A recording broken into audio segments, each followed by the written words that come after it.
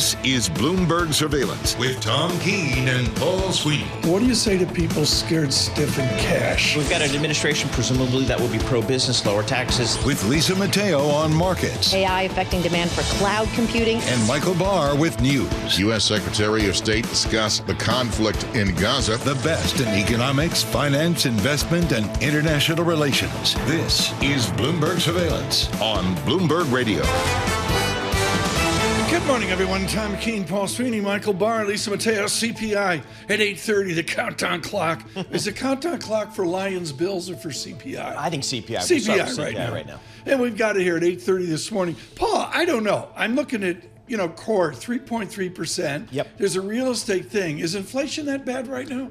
The rate is down, Tom, significantly from where it was back in the pandemic time. But again, just absolute prices that you and I and Lisa pay at the... I'm still shocked. At the supermarket or wherever. They're just significantly higher than pre-pandemic. So I guess that's what happens when a pandemic comes along. You get the little French Cornichon, like pickles, cucumbers, Sure, who doesn't? They're up. I mean, they're made south of Paris, like 60 months. They're up. They're higher. Yep. You go down the aisle in the grocery store, and it's December 18th. What's higher is chocolate. And you see Mondelez making a bid for Hershey. I mean, the cocoa prices are out of control. There's these droughts around the world, and the places where they grow cocoa, I guess, is a problem here. It's been multiple years. The Bloomberg story today is really quite good. I learned a lot. Yeah, it is. And they're catching up with Mars. Yes. So I didn't know Hershey says Kit Kat. Lisa, did you know that? I did not know that. Lisa, I don't know. Solid candy. I thought Kit Kat was like separate, like some fancy British company, but no, it's. And what I like is Mars is a private company. Isn't that amazing? The largest confectionery company in the world. I had an abusive childhood. I didn't know until I was 16 that the little Hershey's Kissies with the aluminum, I was told those were adult chocolates. Oh. And that you couldn't eat them. Wow. If you were a kid. And I was like, 16. Tough crowd. You mean I can eat those as well? I got to remember that. That's a good pro tip there. We say good morning to you. We've got lots of discussion. Very important guest coming up. Elizabeth Economy, formerly with the Department of Commerce in Gina Raimondo, truly expert on China. Dr. Economy to join us here in a bit. I mean, just lots going on this morning. No other way to put it. Red and green on the screen. The VIX 14.39 from the Interactive Broker Studios. Our Bloomberg Business Flash is Lisa Mateo. You got it. It's CPI day. Investors watching closely. It's a final major read on the economy before the Fed's rate decision next week. So let's start with NASDAQ futures, up about 0.1%, 36 points. Dow futures, little change, down 42 points. And S&P futures, little changed, up about 5. The 2-year yield, 4.16%. That's up 1 basis point. The yield on the 10-year, 4.24%, and that's up 1 basis point. To currencies, the dollar strengthened. This is after a Reuters report that Chinese leaders are considering allowing their currency to weaken. We have the Bloomberg Dollar Spot Index up about 0.2%. The Chinese yuan, that is down about 0.2%. I'm pulling an audible here because Macy's came out. I'm ripping up the script. We're going straight to earnings. Macy's out with their report. Being delayed from November. You remember it discovered that employee hit up to $154 million in expenses over several years. Well, now the retailer came out, said it trimmed its profit outlook. Its shares are down about 9%. Then you have Dave & Buster's. Their shares down 14%. The company reported a wider quarterly loss, said its CEO had resigned as well. And finally, shares of video game retailer GameStop are up 2%. It swung to a quarterly profit, and that was thanks to lower expenses. After the bell, we move on to Adobe. That is your Bloomberg Business Flash. Tom and Paul. Lisa, thanks so much. Quickly here, Paul. If you got a bellwether stock in the 10-year track record, 7.1% per year.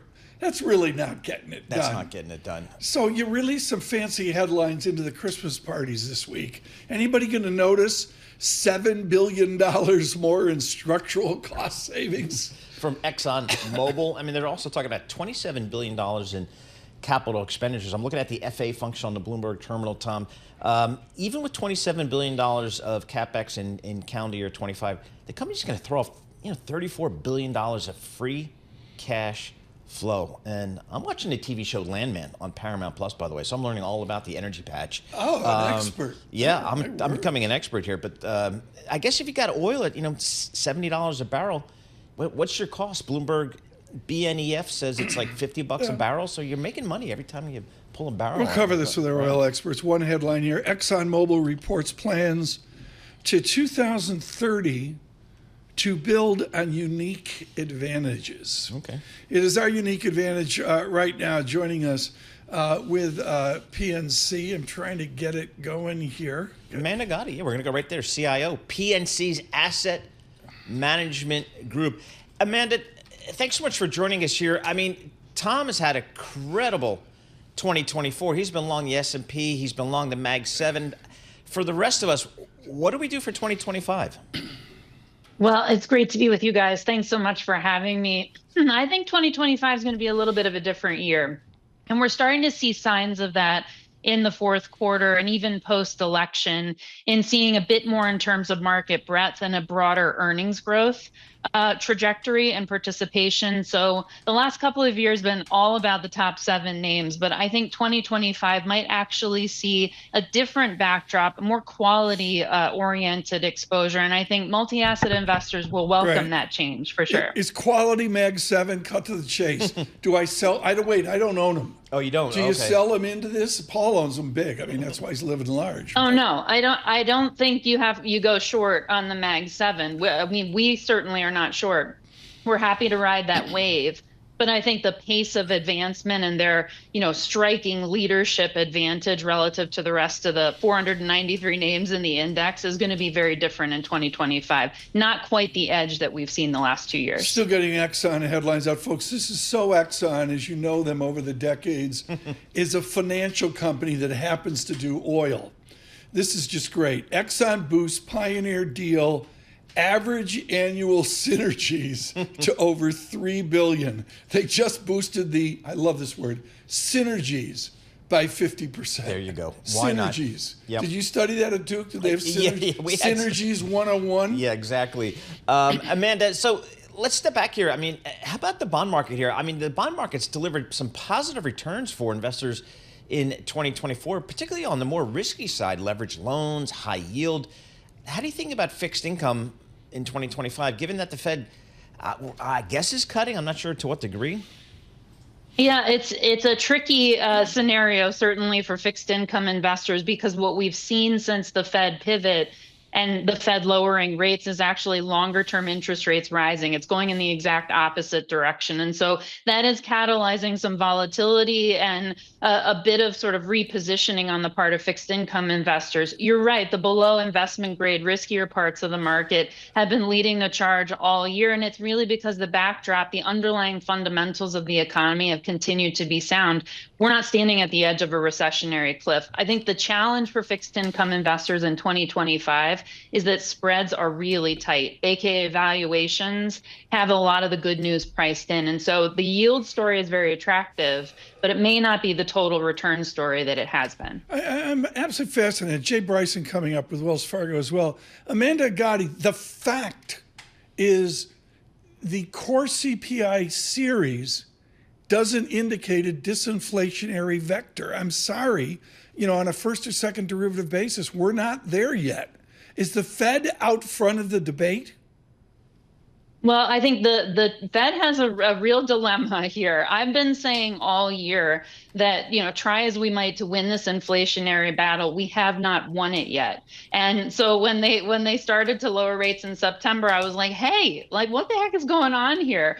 But there is an argument to be made that they can recalibrate rates to where financial conditions have eased to and not actually ease financial conditions further. They've done about all they can do in terms of right sizing or recalibrating to current financial conditions. We do think they'll take another step to drop 25 basis points on the policy rate in the December meeting. But in 2025, I think the path is very uncertain in terms of what they do next. On the equity side, Amanda, are there some sectors that screen well for you guys at this point, or maybe factors that screen well? I think the easy place to look at in terms of screening well from a factor perspective is certainly momentum. But I think, you've seen in the headlines very recently that momentum story may be reaching its limits, or maybe that trade is dead. And so we're actually sort of trying to think about momentum from a more creative perspective. Is there an equally weighted kind of momentum factor there that aligns with our broader earnings growth, a broader market leadership participation next year? So I think factors could be helpful in multi-asset portfolios in 25. I got a quick question, 30 seconds. Amanda Gotti, which factor forward is important? Which forward factor? Yeah, well, I which think forward quality. factor? So I think quality matters a ton. I think size matters a ton. And I think if we can get creative around momentum, there's still some opportunity in 25. Liz Ann Saunders emailed in and says, ask Amanda about factors. Exactly. Yeah, thanks for listening, Liz Ann. Yep. Amanda Gotti, thank you so much. She is with PNC Bank, their CIO Asset Management. Greatly appreciate that this morning. Red and green on the screens. Stay with us worldwide with our news in New York City. Michael Barr. Tom, Paul, Lisa, we begin with the arrest of a suspect accused of murdering United Healthcare CEO Brian Thompson on a Manhattan street. Let's get the very latest with Bloomberg's John Tucker. The drama surrounding the intense manhunt for suspected shooter, 26-year-old Luigi Mangione, has now morphed into a legal drama over his extradition from Pennsylvania to New York. He's fighting it. As he was led into the Blair County courthouse, he yelled to reporters. Completely out of touch, and it's an insult to the intelligence of the American people. It's time to finish. Mangione has a defense attorney. Thomas Dickey says his client intends to plead not guilty to all charges. We're going to use the process and use the Constitution and the rights that are available to any one of us in this room and any American citizen or person charged with a crime. Meantime, in the weeks leading up to the killing, friends and family worried about the accused shooter. A former roommate in Hawaii says Mangione struggled with a back injury. The severity of his back issue was such that it was very difficult to have physical relationships with women. While the extradition battle unfolds, Altoona, Pennsylvania police say some threats have been made against their officers. In New York, I'm John Tucker, Bloomberg Radio. South Korea's former defense chief has attempted to take his own life as police and prosecutors investigate the country's recent short-lived martial law declaration. Kim Jong-un, who was in a Seoul detention center, is now said to be in good condition. Weather conditions were forecasted to improve this week in Southern California and aid firefighters in their battle against wildfire that has forced up to 20,000 people from their homes. The blaze has grown to more than 2,800 acres and is 0% contained. It was not immediately known how the so-called Franklin fire started. It tore through part of Malibu, and celebrities living there include performers Cher, Dick Van Dyke, and his wife. They were among the evacuees. Global news 24 hours a day and whenever you want it with Bloomberg News Now. I'm Michael Barr. This is Bloomberg. Tom, Paul, Lisa. Okay, come on. Josh Allen. I mean, he's the one person that can go after the Lions, right? I mean, he's the one guy the Lions fear. This is going to be a great game. Oh. It's like Super Bowl I'm preview. telling you, this is going, bet the over. Bet the over. Oh, Okay, I book it. Book it. Okay. You know, well, don't book it. No, don't do it. But no, I mean, I see this as a high scoring. Are these two quarterbacks the same style? Or are they Goff and Allen, are they different? Because my amateur take is they like to throw the ball. Yeah. And they got receivers that can actually catch it. That's why this is going to be a high-scoring game. Yeah, the control room just woke up. They say Allen runs, Goff doesn't. Yeah, you haven't Allen's seen a big Goff guy. yet. He can do everything out there. Yeah. Go Bills. All right. Plus, you got gambling Dan Campbell, Mr. MGM himself. I love it. It's aggressive ball, isn't it? The ESPN matchup now is 58% Lions, 42% Bills.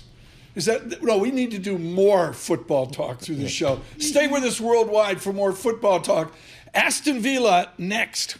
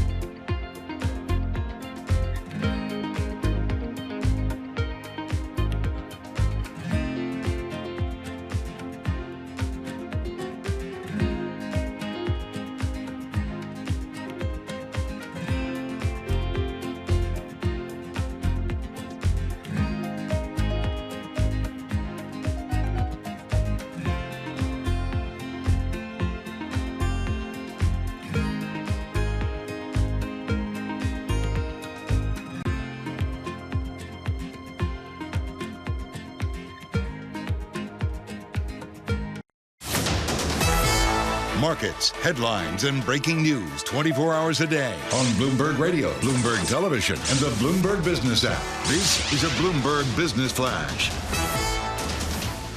From the Bloomberg Interactive Broker Studio, I'm Lisa Mateo. We've got futures mixed. This is ahead of more inflation data out this morning. That's going to offer the Fed another look at price pressures ahead of their policy meeting next week.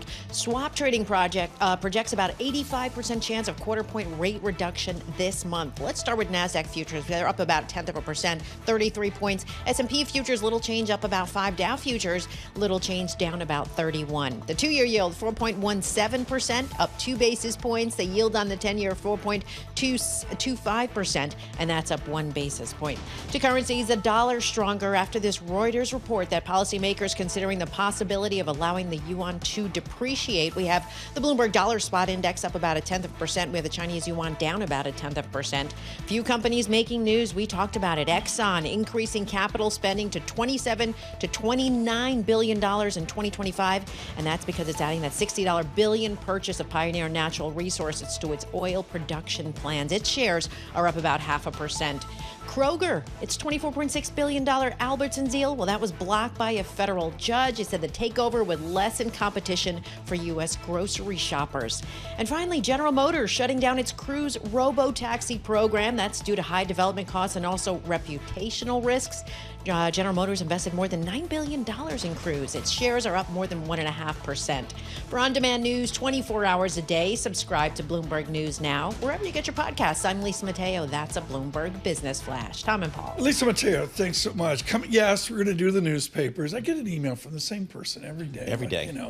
6:42 a.m. Is Lisa doing newspapers today?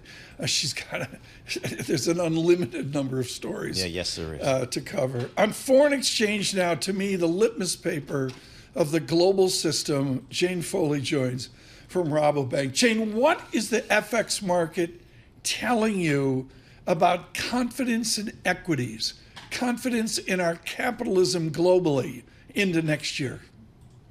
Well, I think the fact that the dollar is strong tells you one thing, but it's also telling you other messages. So, for instance, if we look overnight, stocks certainly were not too confident going into the US CPI data, and that's probably because the markets are wondering if there is just too much good news priced in. Of course, if CPI this afternoon comes in, or for the morning for you guys, if it comes in on the stronger side, well, can that equity rally sustain, etc. However, of course, if the CPI number is stronger, well, that could be good for the dollar, because again, it does question that outlook for the Fed. And we've just heard your previous guest, talking about the question marks as to how much the Fed can really ease in 2025. Well, we would say the same sort of thing. We think they'll go in December, go in January, and we think that's it, that the Fed's easing cycle could all be over by next month. Whereas other parts of the G10, other parts of the global economy, well, these central banks are going to carry on cutting interest rates. Paul, I walked in today, first thing I saw on the Launchpad, Bloomberg Launchpad, Euro 104. Yep. I mean, that's still a shock. Yeah, absolutely, Tom. And, we've seen the Bloomberg Dollar Spot Index, Tom, up about more than 5%. Jane, really, since late September. Really? Here. I didn't know that. Yeah, it's up been 5%. It's been a nice move. So, Jane, is there any stopping that type of momentum? If, in fact, the Fed may be done cutting rates relatively soon, is there any stopping the U.S. dollar? I think, with the exception perhaps of the Japanese yen, I think there's a very good argument to be made to say that at least into the middle of next year, the dollar might outperform all of the other G10 currencies, because the majority of these are likely to be cutting interest rates. The majority of these have got far weaker economies. You don't have to look that far. Look at Canada. They're expected to cut by 50 basis points today. Their economy is weak. Look at their unemployment rate, really quite different to the resilience that we're seeing in the US labor market still. Look at New Zealand. Look at Sweden. You have significant weakness in these economies. And then, of course, look at Germany. Look at France. So from that point of view, you get to the viewpoint, well, look, is inflation back in the box in these countries? And if it is, well, how much further can these central banks go? And how many of them are going to use 50 basis points increments as well? How about the Japanese yen? I mean, I'm just not sure what to do there. It's at 152.59 here. I mean, where is the Bank of Japan here?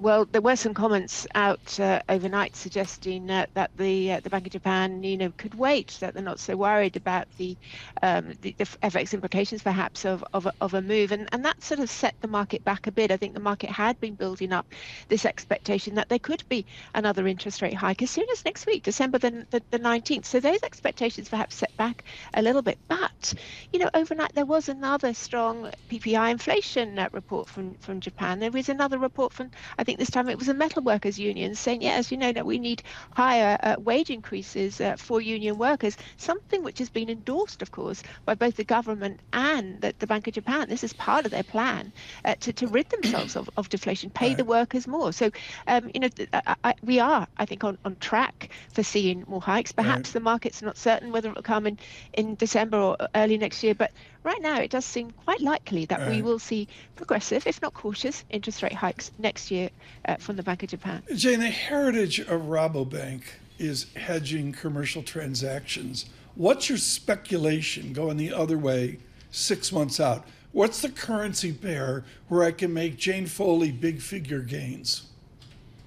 Well, from that point of view, it's probably going to be somewhere in EM, but that, of course, is risky. That's the nature of the game. If we come back to the markets, I think it's really quite interesting as to whether or not central banks will actually want a weaker currency. So we can look at, euro dollar, we can see it weakening. How many German exporters would actually really welcome a weaker euro? An awful lot would be my response. Look at Canada. If they're facing bigger tariffs, how many Canadian exporters would want a weaker Canadian dollar? Probably quite a lot of them. And this is quite interesting because we do have this environment now, post-pandemic, where there is stickier inflation than there was in the post-global financial crises for lots of structural reasons. But at the same time, allowing for that there are going to be pockets of time, and I think 2025 could be one of them, where there are reasons, and tariffs and dropping inflation are those reasons, where certain countries could actually start to welcome again weaker currencies as a way of dealing with some of these risks that they're facing. Jane, pound sterling, what's your thoughts there right now?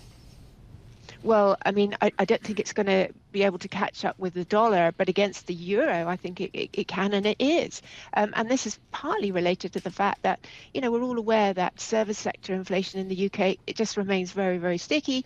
There seems to be a pretty good consensus view that the Bank of England has to be pretty cautious in cutting interest rates, so maybe 3 or 4 times through next year. Whereas the ECB could be cutting interest rates consecutively into the spring. And so sterling, if you like, is just outperforming the euro whilst just not being able to catch up with the dollar. Jane, thank you. Jane Foley with us with a nice brief this morning from Rabobank. This with DXY out near 106.5, 106.5. Yen 152-ish, well in from 155. Stronger yen in the last couple of days. Sterling at 127 level. And I mentioned euro to 4 decimal points, 105.16, 1.0516. We go to 4 decimal points here. Sure, why not? There is an absolute tour de force. I'm putting it out on Twitter right now. Robin Wigglesworth over at the FT recapitulates the New York Stock Exchange 400-year bond. It was a gift from the Netherlands in 1938. It's an actual physical parchment. No, really? It's the oldest bond in the world, and it's a perpetual. So yesterday, on the 400th anniversary, it paid 13 euros a year. Yesterday, the New York Stock Exchange collected 299 pounds of owed interest. Nice. From the Dutch water company. The Dutch water company. That was funded 400 years ago because a dike broke. Okay. That's 400 years? It's just an incredible effort by Robin in scope and scale and the history of us all. Yep. I don't know. Can I get out of triple all leverage cash for buy the Dutch water perpetuity bonds? Yeah, exactly. Why not? I mean, that Austrian you told me to buy, that's worked out. Yeah, that's worked out. 97 year. I think I'm down 35% in that puppy right now. Got lots coming up. Ambassador Hormats will join us, of course, in Syria. Robert Hormats is coming up in a bit. Red and green on the screen. CPI in 1 hour. Good morning.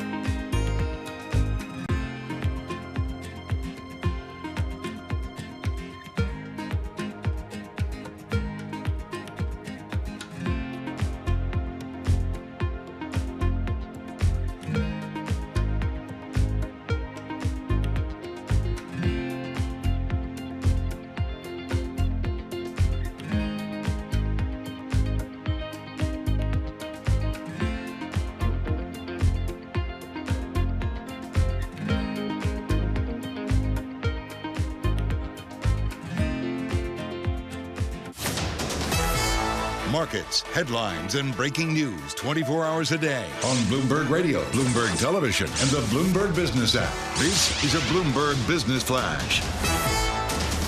From the Bloomberg Interactive Broker Studio, I'm Lisa Mateo. Investors kind of in this wait-and-see approach before today's consumer price index. Economists forecasting a 0.3% increase, which would be the largest since April. Now, in October, U.S. consumer prices rose 0.2% for the fourth month in a row. Meanwhile, some more data. The MBA Mortgage Applications Index, that rose for a fifth week in a row. It increased 5.4% last week after rising 2.8% the prior week. We have NASDAQ futures up 0.2%, 42 points. Dow futures, they're a little change, down about 9. S&P futures up 0.1% or 6 points. The 2-year yield 4.17%. That's up 2 basis points. The yield on the 10-year 4.24%, and that's up 1 basis point. We head over to commodities. We have oil edging higher right now. Brent crude up more than 1% at $73 a barrel. WTI crude $69 a barrel, and spot gold at $2,695 an ounce. A few companies making news. We'll start with SpaceX. Its valuation jumped to about $350 billion. The company and investors agreed to buy as much as $1.25 billion of insider shares at $185 each. And the Financial Times reporting Blackstone, it may pull out of that joint bid for Bausch & Lomb. That's due to a high price tag. That is your Bloomberg Business Flash. Paul and Tom. Lisa, thanks so much. Greatly appreciate it. Joining us now, I'm going to give too short an introduction, and he deserves a much longer one, is Robert Hormats. Some people talk, others do. And back to the tenure of Secretary Kissinger, Bob Hormats has traveled the miles of the Levant and Eastern Mediterranean in chaos. Now, to be clear here, you weren't there for the great Syrian revolt of 1925, 1927. I missed that. You missed that yes, one. That's right. Why is Syria different now than the mess Paul Sweeney and I grew up with? What's different now versus Kissinger and Hormats in the 70s? Two things mainly. One, you had Hafiz al-Assad running the place. The father of the Assad. father of the son who's just vacated his throne to go to Russia. But Hafiz al-Assad did not want big dust-ups with the Israelis. As a matter of fact, he was the one who created that buffer zone that was now being occupied appropriately by Israel because the Syrians have pulled out of it. But second, in trying to get a settlement in the Sinai, we always tried to keep good relations with the Saudis, the Syrians, and others, the UAE and other countries in the region, including the Iraqis. So, and even the Iranians at that point. So there was a much better dialogue among the various countries to try to get some disengagement between the Israelis and the Egyptians, which ultimately did work. But it took, in the Middle East, you have to see a lot of people because there are a lot of power centers. And the other thing in Syria is it's really an amalgam. You have the Kurds, you have the Alawites, you have the Sunnis, you have the Shiites, and they're all taking different points of view. Hormats owns this. I just watched Lawrence of Arabia, but Hormats owns it. I mean, Bob, what does this mean, this change we're seeing taking place in Syria? What does it mean for Russia and Iran in that part of the world there? It dramatically weakens Russia's presence there. Russia is seen by the Syrian people as having supported Bashar al-Assad. They are not very well liked. They have one base, Latika, and then they have a seaport. They want to keep them. I think that'll be part of the negotiation, but I can't imagine the average Syrian wants them to stay there. And Iran has had its allies, in effect, get decapitated or weakened very badly. So all of its tentacles, essentially, well, the Houthis are still there, but the others are gone. And should Hezbollah is weaker. Should the U.S. let Erdogan take the northern border of Syria to the southern border of Turkey, worry about the Kurds, that's never going to go away. Should the United States project to southern and southwestern Syria to try to provide stability around Damascus, north to Homs, or is there a different approach? Well, there are two really good points there. One, I think we have to work closely with the Turks, but I also think that we have to remember that the Kurds were part of the coalition of forces that overthrew Assad, and therefore we have done a lot of bad things to the Kurds and sort of pulled the rug out from under them in the past. I think we want to try to convince the Turks to work with the Syrian Kurds and not go in there and take advantage of this and weaken them. Okay, this is too an important conversation. I'm not going to mince words. I got a tweet out this morning with the president-elect making fun of Canada is the 51st state. Do we have a potential sobriety and gravitas in state to handle these incredible nuances of the Levant? I don't see it. Well, it's very complicated, and people in the past have found it very difficult. But you know, you have to work with the Kurds because they're part of this coalition. You have to work with the Turks because they're actually now the most powerful country other than Israel in the area. And Iran's ability to exercise influence has diminished dramatically. The Hezbollah has been weakened. Its friends in Syria are gone. That whole notion of moving arms from the Iran to Lebanon is really diminished or probably eliminated for the moment. So we have to have a very subtle diplomacy, and you have to talk to all the parties. That's the one thing we learned about the shuttle diplomacy. You couldn't just talk to the Egyptians and the Israelis.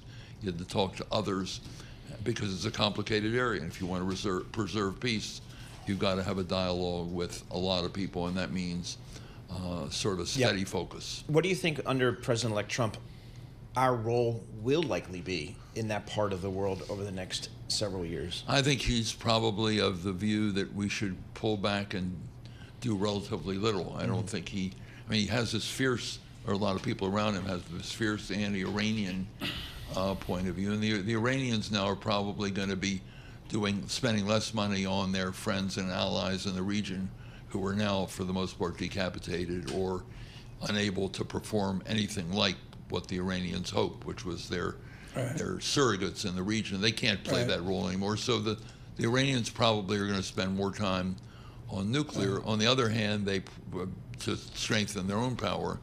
On the other hand, we have to demonstrate that we have good allies in the region, good friends in the region, and strengthen our relations both with Israel and with the Sunni Arabs on the other side of the Gulf. We're anxiously awaiting Robert D. Hormats, The Price of Liberty 2.0.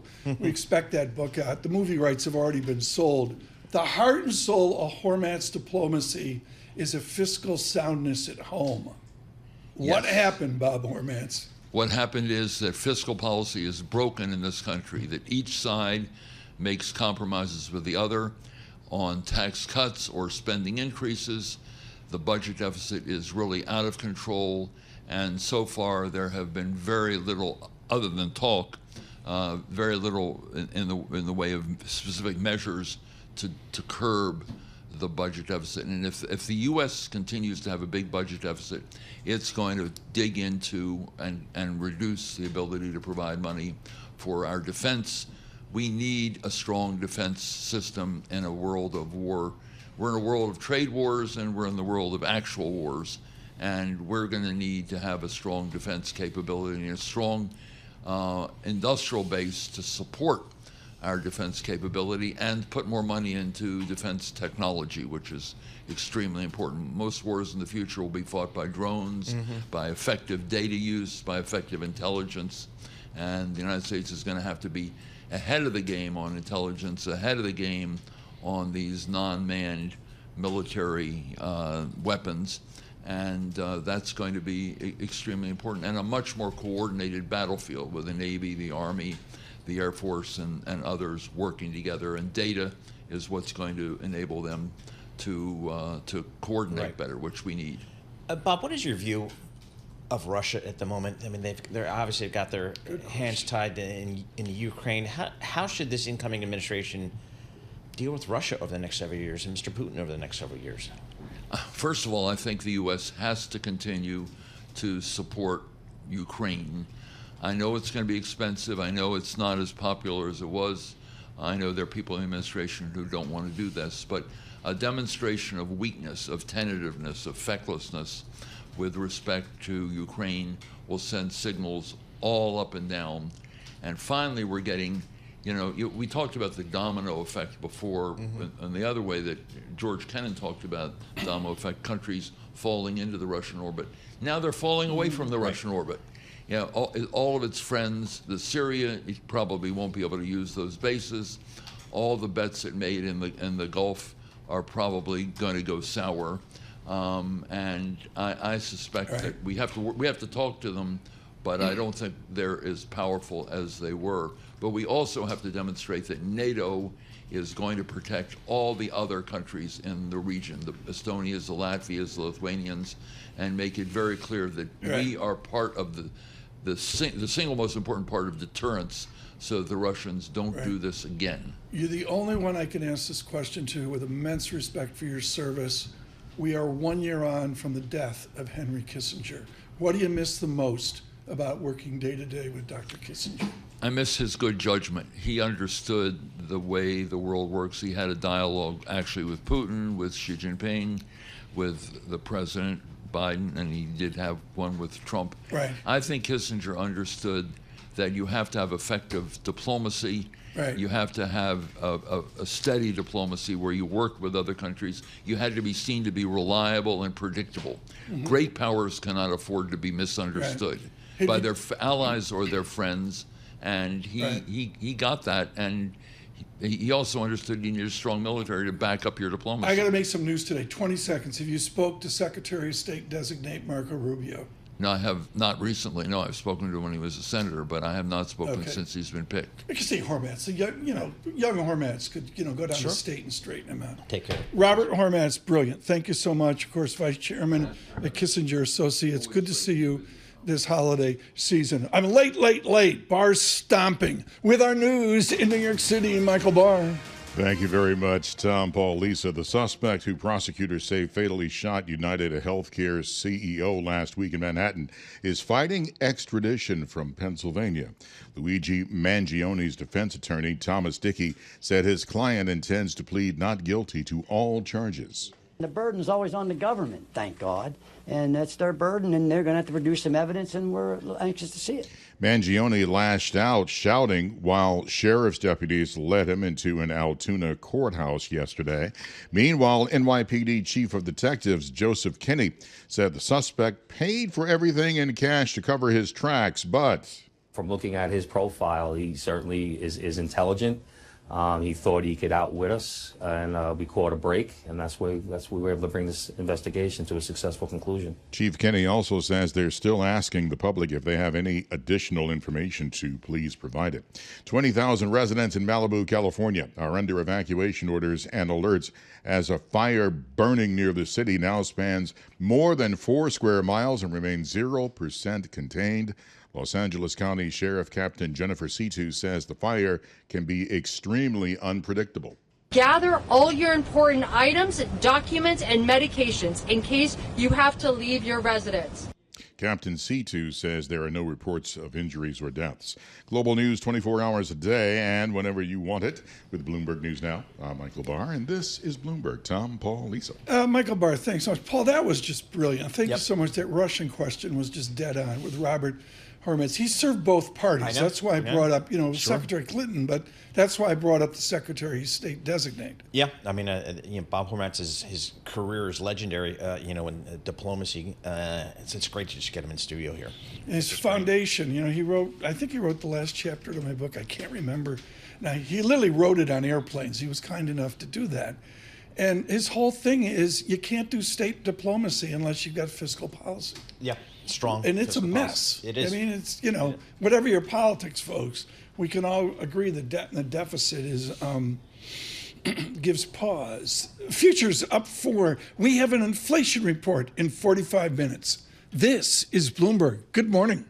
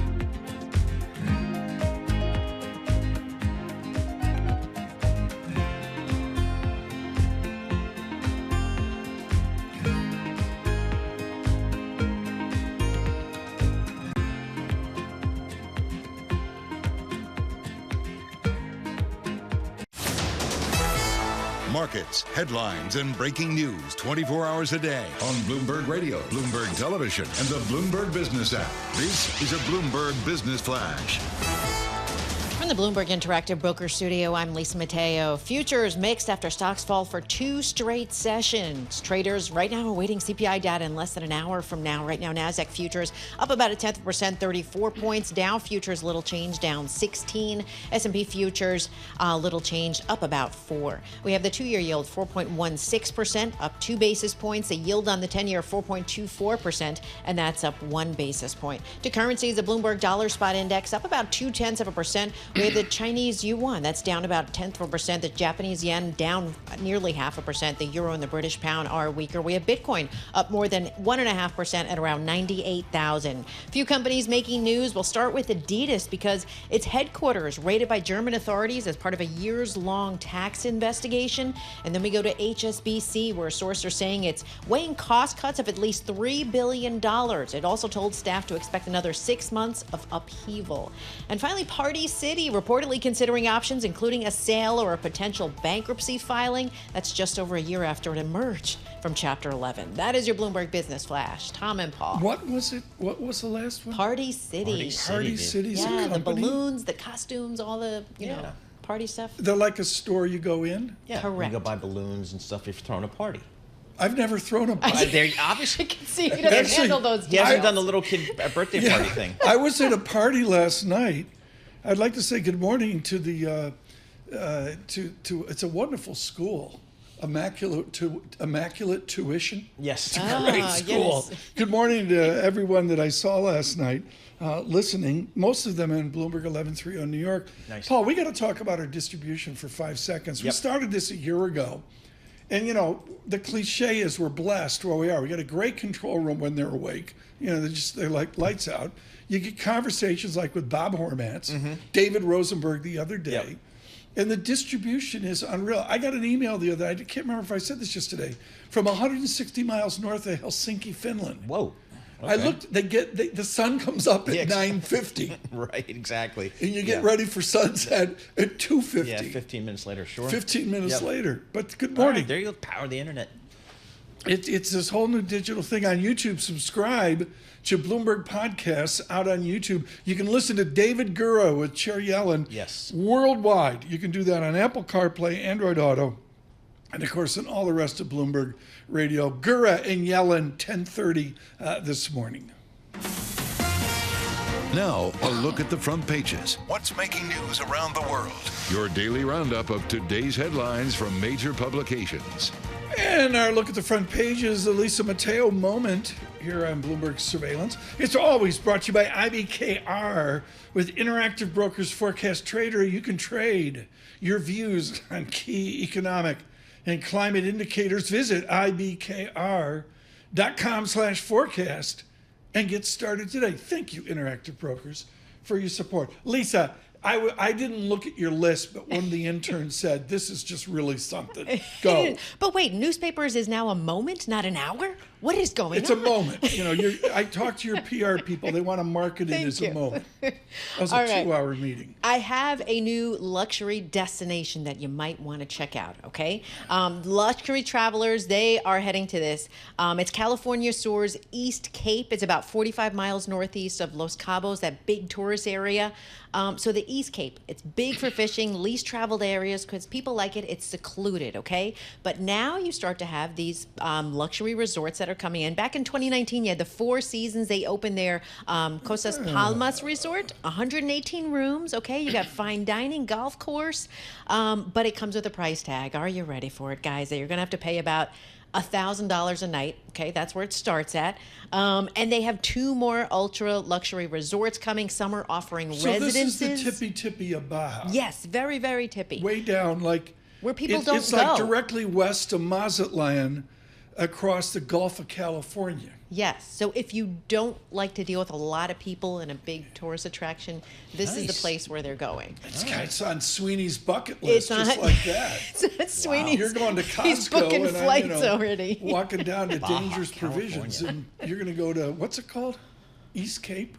East Cape, yes. Good. Nice. And they're even having residences there that start for about $750,000 for a studio apartment. So there you go. You can get into that too if you really want to stay. All right, I'm moving on to Tom Brady. Big Sotheby's auction. Okay, the watches, the sports memorabilia. It all sold. There were about 41 lots for $9 million total. Okay. Why is he selling this stuff? Does he need cash? That's a good question because the story doesn't get into those details. Giselle said you're a little late. Yeah, exactly. How many kids does he have? He's got a lot of kids. So here are a few of the standouts. So if you want to go sports memorabilia side, the top one was a football he used to break the NFL all-time passing yards record, but also a University of Michigan jersey that he wore during his final college game. That was top dollar. And then you have, the watches. He has the pricey watches. The Rolex Daytona Paul Newman John Player Special. Over $1 million just for that one itself. It's a nice-looking watch, but I don't think it's worth $1 million. It's a very nice-looking watch.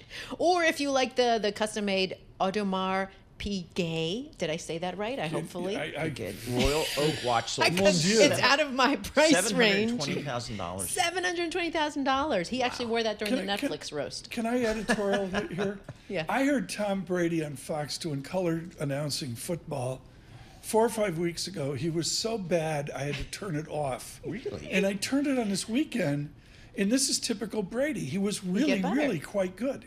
Yeah, he's really I think improved. he's good. Now the question I have is he going to continue doing this? Why would you want to work? It's maybe, I don't know if it's that hard. But you got to travel. But now he's an owner. But now he's an owner. That's true. But now he's an owner of the Oakland or the Las Vegas Raiders. So I'm not sure. He's an owner of the Raiders. Part owner is small. Yeah. But see, that's behind the scenes. You need to be in the spotlight. Stay relevant. All right. That's what it's about nowadays. Okay. Well, thank you for that Tom Brady moment. I'm loving him on Fox.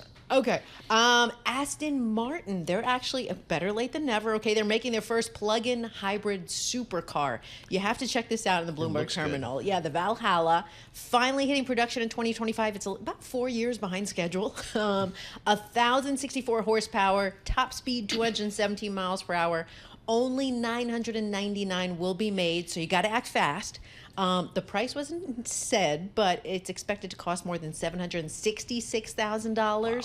But, you know, the company's been struggling. We'll see Matt Miller pulling up into the He's got to get into that and ride it around the courtyard. Yeah. Can I just say, in F1 right now, yes. As we speak, Sergio Perez of Mexico, there's this raging battle over what he's going to do with Red Bull. I mean, all these people, including at Aston Martin, are up in the air.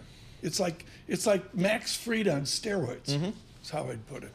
So we'll check it out. I mean, Hannah Elliott at Bloomberg, she works in pursuits. All she does is travel the globe and drive these amazing cars all over the world. And then she has a podcast with Matt Miller, and they talk about cars. That's not a bad gig. That's not a bad gig. So I'm sure she will be behind the wheel. Why aren't we doing that? I don't know. I don't know. Matt Miller, Hannah Elliott, check out that podcast, because if you like cars, that's the one to go to, I think. I've never forgiven Fargo. He got me into this Formula One thing, and I'm addicted to it. Ooh. And they have the Automist watch that you talked about. They sponsor it. You know, of course. It's like, men walking around with $1 million watches on their wrist. Yep. That's the kind of thing.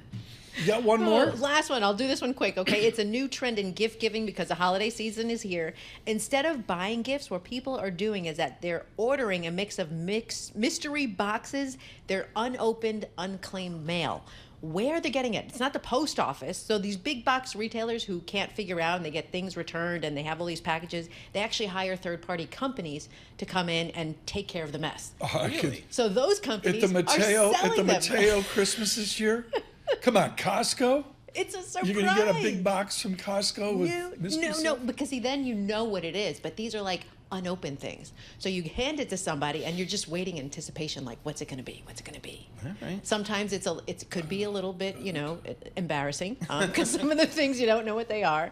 But this is the new thing. It's the whole element of surprise. I didn't know that was a thing. It's apparently a thing. It started during the pandemic because people were bored and these companies had packages to get rid of. All right. So. Lisa Mateo, the newspapers, thank you.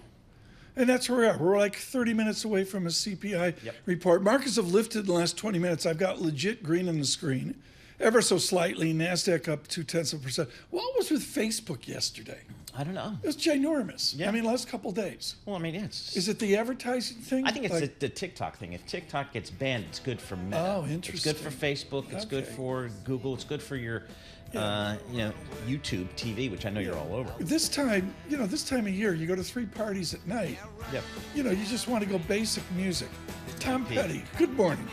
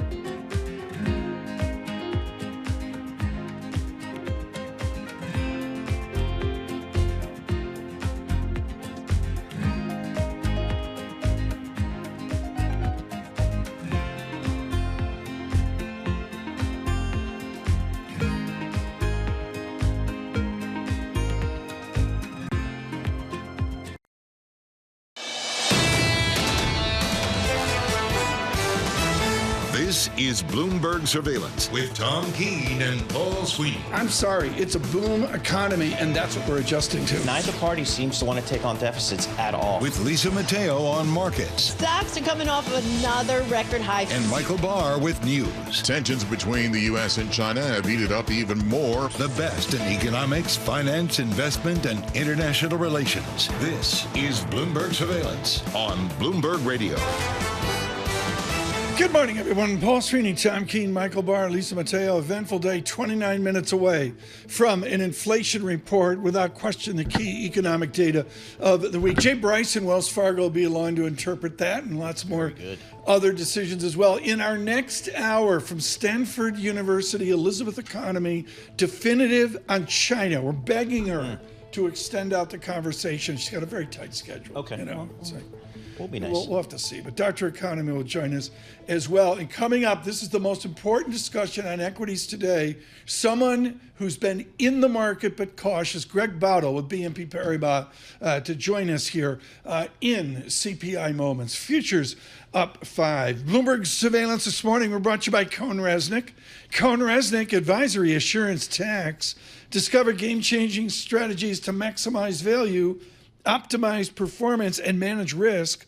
Put your business at the forefront. We thank CohnReznick for really heritage support of our conversation here, particularly on this great bull market. Let's get right to it from the Interactive Broker Studios.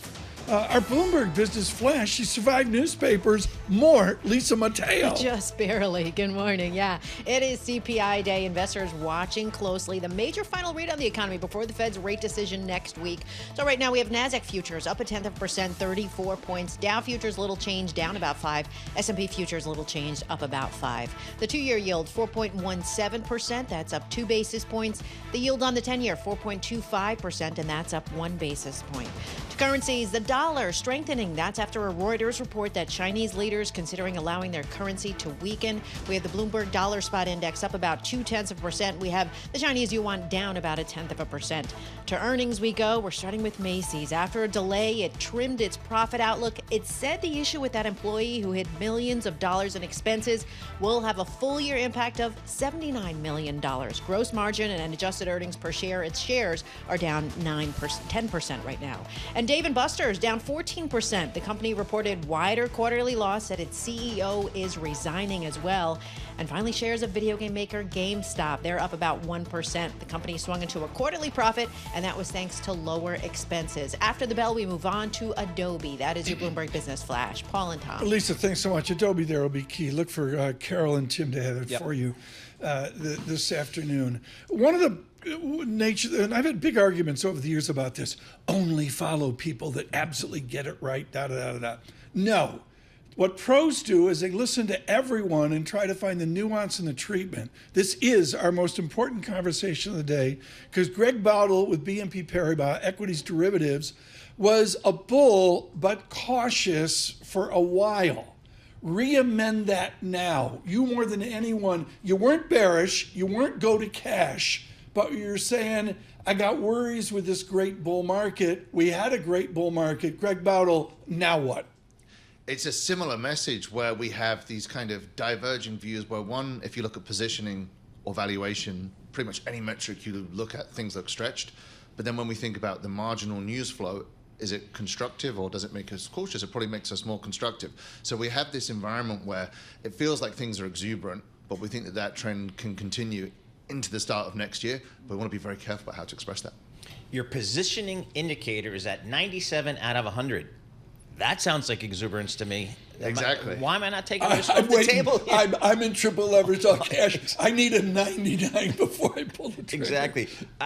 Doesn't that tell you to pull back some risks? What it tells you is that an absolute ton of money has been put to work post-elections. There have been hundreds of billions of inflows into U.S. equity markets, and it makes the equity market more vulnerable to a pullback. But what you need for a pullback is a trigger. And if the marginal data is constructive and you don't get that, you can remain in a very low vol grind higher. But as and when we do get a correction, it could be more volatile. You know, I look at the SPX up 27, 28% this year. SPW, the equal weighted, I don't know, 16, 17%. So a real divergence there.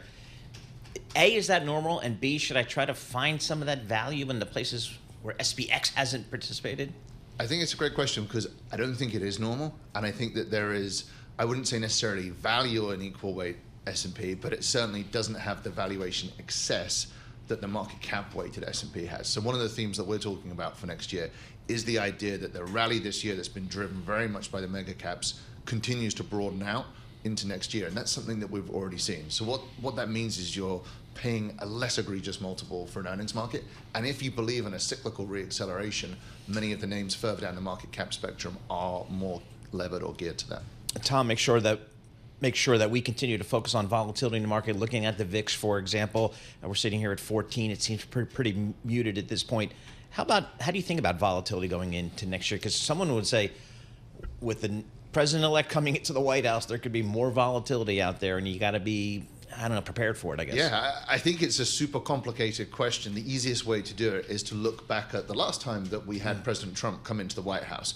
And what you saw is it wasn't one regime in terms of volatility. It was several. So you look at 2017, his first year in office. That was the lowest volatility year for the U.S. equity market in 50 years. Interesting. But you fast forward 1 year to 2018, and we had this accident in the VIX, this Volmageddon episode where we had a real dislocation in terms of volatility. So we think it's maybe a barbell of super low vol giving way to disorderly breaks higher.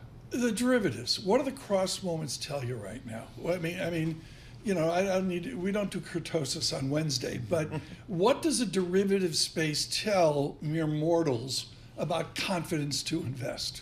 I think it's giving you mixed messages because you look at the realized volatility measures, how much the market is moving day to day, and you look at the market again this morning, and it really isn't. There's this kind of pattern of excess where there's a lot of optionality selling, which is depressing volatility. But then you go and look at some of the more kind of forward-looking measures, and there's probably more of a healthy premium in those option prices than is typical. So I think it tells you that we're in now a very low volatility regime, but people are nervous that that breaks going into next year. We're going to get a lot of inflation data today and tomorrow, and presumably that'll inform what we see from the Fed on December 18th. What's your kind of Fed outlook behind your market outlook? So I think BNP Paribas have a pretty interesting view on the Fed going into next year, but if we just focused on the next month, the short-term view is that we get an inline CPI print, and then we get a Fed rate cut in December. And frankly, that's what the market is expecting. So hence, I think it can continue this very low vol approach into the back end of the year. But for next year, the forecast from our economics team is that we don't get rate cuts. So I think if we don't get rate cuts, that's something that introduces a bit of tension into the equity market. We already spoke about elevated valuations. When you look at the reciprocal of the P multiples of the earnings yield for the S&P, it's pretty much in line with 10-year yields. So we think it could be a challenge for equity markets to digest rates if we do see higher rates.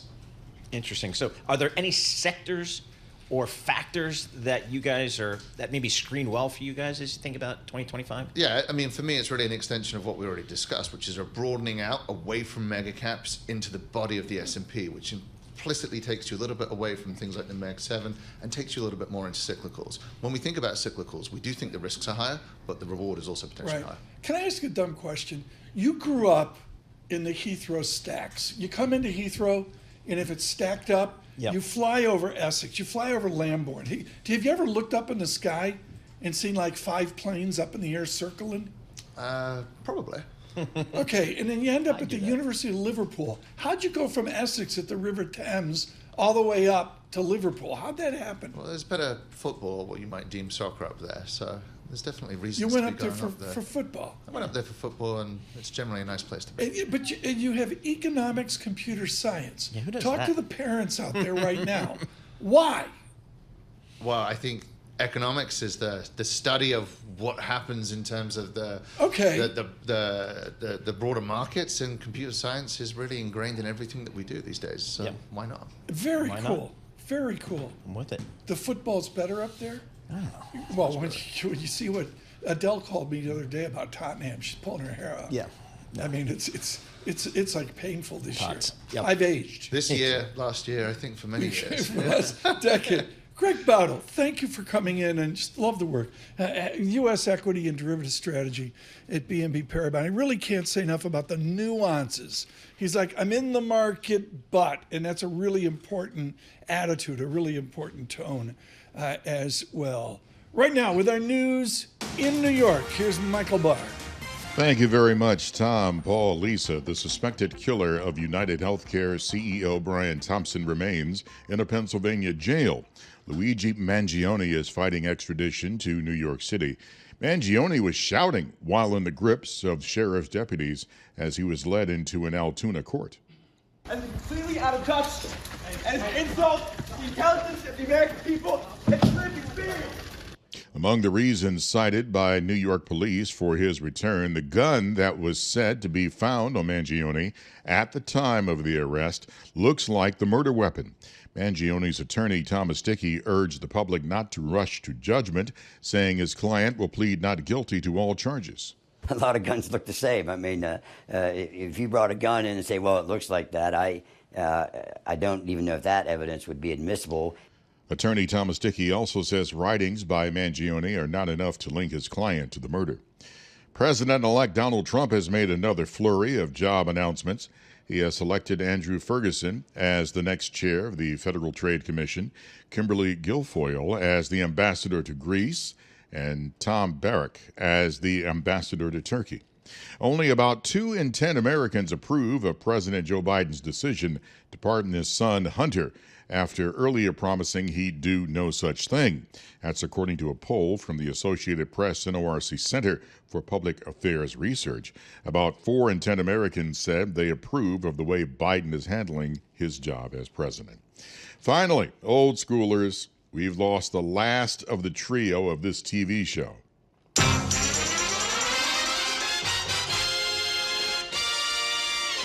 That is the Mod Squad. The show ran from 1968 to 1973. Michael Cole, who played Pete Cochran, one of the 3 hip young cops, has died. Cole, who also starred on the soap General Hospital, was 84. And Mendelis, the amazing Kreskin, has died. He was big on the old Tonight Show with Johnny Carson. He was 89.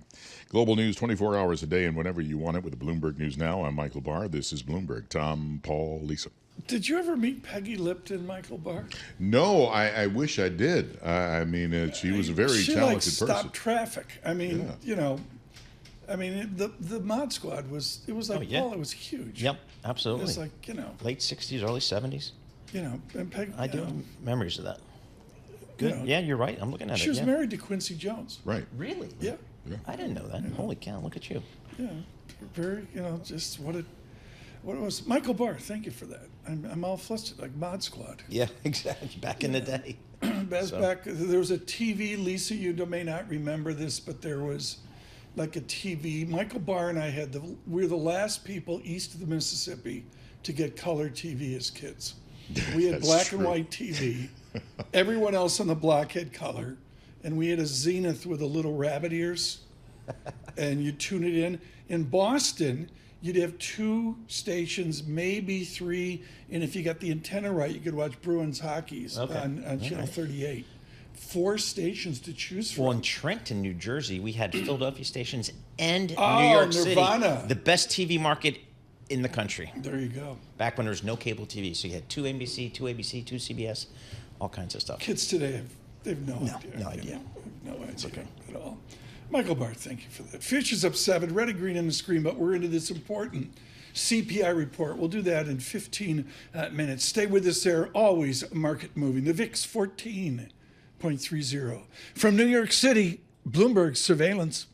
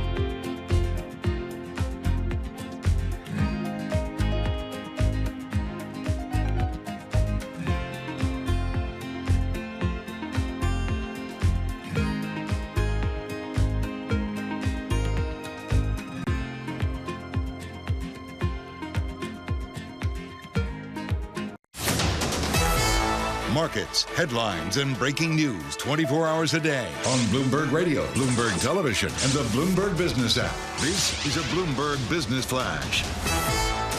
The Bloomberg Interactive Broker Studio, I'm Lisa Mateo. We've got futures mix, and this is ahead of CPI data due out in about 15 minutes from now. Right now, NASDAQ futures up 0.2%, 44 points. Dow futures, little change, down 38. S&P futures, little changed, up 5. The two-year yield, 4.17%, up 2 basis points. The yield on the 10-year, 4.24%, and that's up 1 basis point. Few companies making news. Exxon increasing capital spending to $27 to $29 billion in 2025. And then you have shares of U.S. Steel. They are rebounding. They're up about 0.5%, and that was after falling in Tuesday trading. That was after sources said President Biden plans to formally block the sale of the company to Japan's Nippon Steel. For on-demand news 24 hours a day, subscribe to Bloomberg News Now. Wherever you get your podcasts, I'm Lisa Mateo. That's a Bloomberg Business Flash. Paul and Tom. Lisa, thanks so much. CPI coming up in 13 minutes. Jay Bryson with Wells Fargo will join us. Andrew Sheets of Morgan Stanley will join us. Stuart Kaiser of Citi on the equity markets to join us here in moments. But we got to slip this in. Joining us, Surveillance Europe on $5 a day correspondent Charles Pellet joins us this morning. Charlie, December used to be the off season. What happened? Affirmative. People leaving earlier, perhaps, for the holidays. That's part of the factor there. And then also, too, just increased demand. Also, you got to keep in mind that airlines have been cutting back on capacity. Mrs. Keene wants to go to Notre Dame. I try to book it. Every hotel in Paris is booked. Affirmative. One of the things you might have to do then, stay just a little bit outside, take the train on the way Fontainebleau? in. Well, if cost is the most important factor, on the other hand, too, just in terms of your airfares, there are low-cost carriers that you Charlie, get that the last time we went, we stayed in Marseille. There you go. What's your go-to, like if you were going to go to Paris with a day's notice, what airline would you book? Do you think you'd try to book a low-cost airline? You know what I would do? Listen, I'm one of those guys that likes more takeoffs, more landings if I'm flying solo. I would look for a connecting city in Europe, hoping to take advantage of low-cost fares, low-cost carriers to get me there. Some people go to Iceland and then enter Europe from Iceland. What's beautiful specifically there, you referenced Iceland with Reykjavik. One of the great things about that is you get a free stopover en route.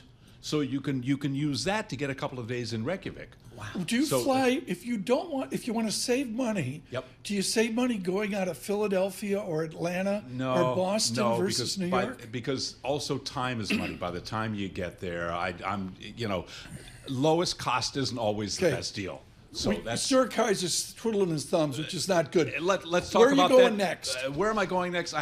My trip to Israel got canceled. The airline messed around. I had such a great fare. The fare in both directions got canceled. Up next, Cabo San Lucas. Waiting to hear on that. $105 LA down to Cabo. Wow. Yeah, that's great. How you do it? How he gets to LA, I have no idea. Cabo on $5 a day. Charlie Pellet, thank you so much. Greatly appreciated. $105. San Diego costs more than that. Charlie, let Stuart Kaiser sit down here. If Kaiser doesn't sit down, the bull market's over. Futures up 5. We got an inflation report here in 10 minutes as well. Stuart Kaiser joins us now from Citigroup.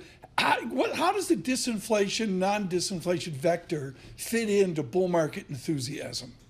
Well, I mean, I think both the Fed and the Street are pretty convinced we're on a kind of downward trending inflation, and that sort of takes the upside tail on Fed funds out of the equation, and it kind of supports the soft landing narrative. So I think it's sort of baked into this point. Where is the money coming from that's driving this bull market? Honestly, recently, I think, two really important places. One is a lot of foreign equity demand. So I think there's a view of long U.S. versus rest of the world. And second is significant ETF buying. And the ETF buying, I think, really points to the fact that retail, at least post-election, has gotten very actively and aggressively engaged in the markets. Post-election, I feel it. I mean, I think the sense of animal spirits, risk-taking is certainly out there in the marketplace. Stuart, if the Fed is not going to cut in 2025 as much as maybe we thought 6 months ago, is that a headwind for equity markets? I mean, our view has always been if you're taking out cuts because growth is strong, that's fine. And I think that's kind of largely what happened in October when we went down from, let's say, 6 to 3 cuts or something like that. So to me, it really all boils back down to the economy. If you're getting cuts priced out because you're getting 227K of labor market growth, and then you're getting easing inflation, I think you're fine. If you're pushing out those cuts because of deficit or tariff or fiscal spending reasons, that's a totally different discussion. But has any client ever called up your desk and said, I'm worried about deficits? There are people that worry about them, but I think they realize that it's not a here and now risk to trade, right? I mean, that's one of those sneaky things, which is it's a massive risk, and it just sort of pops up out of nowhere, and you decide to trade it. If there's a time we're going to trade that, it's probably what I would call phase 3 of the election reaction, which is implementation early next year. So post-inauguration, when we get actual budget proposals and tax proposals and tariff proposals, that is a window of time where you could start to trade that. But for now, it's a big thing on the back burner, I guess you'd say. Yep. SPX up 26, 27, 28%. SPW, the equal weighted, a lot less than that, 16, 17%. Still good, but so is that a healthy kind of marketplace, or are you concerned about that? Like early in the year, we really liked the broadening trade. To be honest, we were way early on it. It really didn't start working until over the summer in the third quarter. And I think what made it work is you actually saw broadening out of actual earnings growth. So I think the reason it's underperformed is because for the first 6 months of the year, you had very narrow EPS growth, which meant you had very narrow leadership, which favored cap-weighted S&P. The back half of the year, you've started to see a broadening out at EPS, and you're starting to see that equal-weighted and smaller cap trade perform well. So look, big picture, no, it's not healthy to have super narrow leadership if it's coming from very narrow EPS growth. Hopefully next year we get both of those things to broaden out, and I think that would be very healthy for the markets. I know it's off your watch, but is Walmart, which frankly looks like Bitcoin, is it tradable? I mean, what does a big bank do? I mean, I get securities analysis, 3-year buy and hold on Walmart, but if you're shorter term that, what do you do with a moonshot like a small cap like Walmart? That's what I'm saying. Look, I think what you have to do in that case is just kind of respect the momentum and try to understand the dynamics that are driving it, right? Which is you have a lot of trade down, which has benefited Walmart. You have amazing execution and a good product offer. I think for Walmart, you just have to look at it as this is a winner in the space. And until How do you know when to get out of a winner in this space? Look, I think it's a good question. I would say let's think of something that's a beat and raise type story. The beat and raise, beat and raise, beat and raise. When they beat but don't raise is probably the time you want to get out of that stock. 7 minutes away here from the inflation report. The date calendar. Ira Jersey to join us in moments here with really pro analysis of fixed income into our economy. Jay Bryson, Andrew Sheets down the road as well in this 8 o'clock hour. Paul? Stuart, as we think about 2025, are there some sectors that people are going to say Citigroup's recommending this sector? I mean, what do you guys think about 2025? It's a good question. I would say, look, the sector that's working the best right now is banks. There's no way around that. I think people view that as having some lasting power. The two other sectors that I think are very much in debate, not exactly your question, but I think I'll go that direction, are healthcare and energy, frankly. Healthcare, you're seeing a lot of the RFK Jr. stuff impacting the sector at the top level. You have a lot of people trying to hide out in medical technology, and then another group of people trying to understand the M&A cycle that we might be seeing and how it impacts biotech. Energy is sort of the opposite of that. You saw OPEC cut a bunch today. So you've got this sort of downward pressure on oil prices despite Trump supporting oil drilling activity. So I think you want to be in things like pipelines and servicers, which benefit from activity more than they benefit from the absolute price of oil. One more question. We got to get to Ira here on the inflation report. It gets in the way of our discussion with Stuart Kaiser.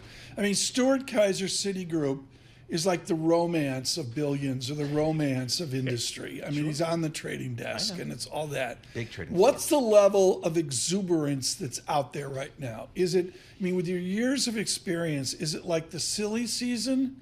Is it subdued? What's the effervescence that you see, not just at Citigroup, but on the street in general? Look, I think bullish sentiment is very high, but you are starting to get some questions asked, if that makes sense. Some questions asked about positioning, about valuation, and about the bullishness in the EPS forecast. So without a doubt, you have a very bullish investment community that's now been buttressed by retail flows.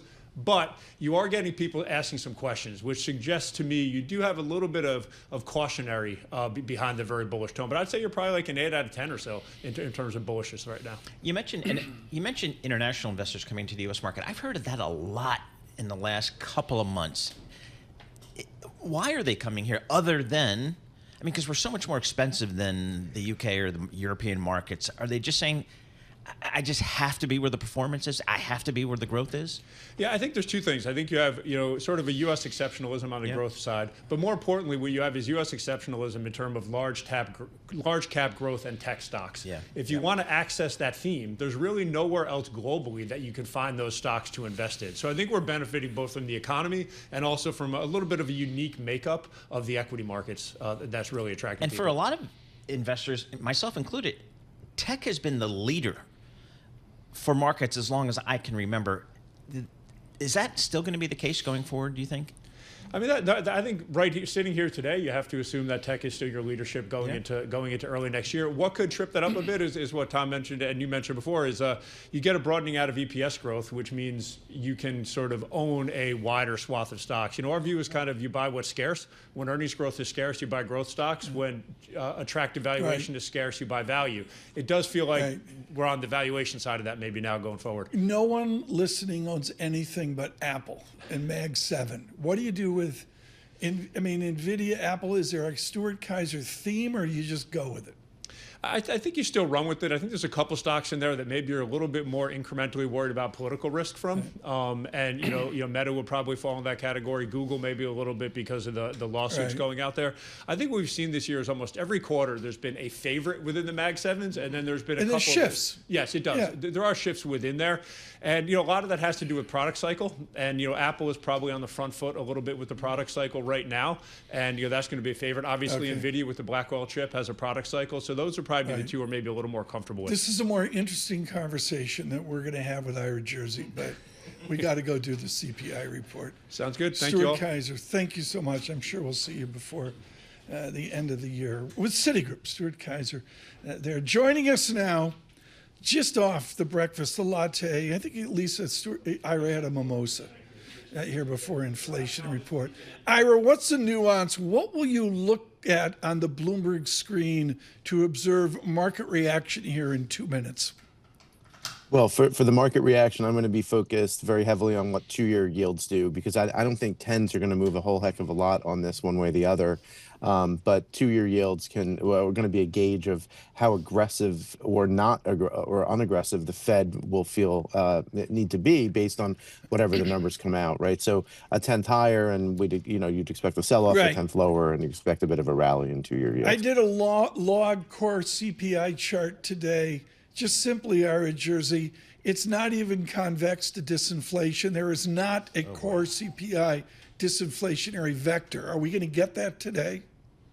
I don't think so. I think that we'll probably continue on this path of, call it 2.8 to 3.5% core CPI. Look, services, like when we look in the details and when, all of these headlines come out, one of the cool tables that comes out on the terminal is a breakdown of how have services done as well as durable goods and non-durable goods.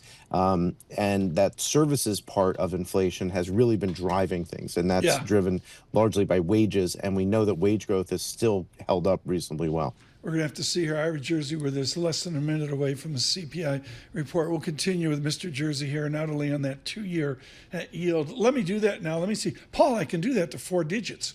4.1616%. A little bit higher yield here, but sort of in the vicinity of a 399. I don't, the drama here of a lower yield. I don't think we're going to get that, but we'll have to see. I got green on the screen. Futures up 8. Dow futures go the other way. I don't know which component is off today, but they're off. Macy's had a tough morning. Yes, as we saw. And Oracle the other day. NASDAQ up 0.3% here. And the VIX just simply churning at a 14.24. Again, the inflation report of the nation folding into the PCE guess of the Fed. Let us listen to Lisa Mateo.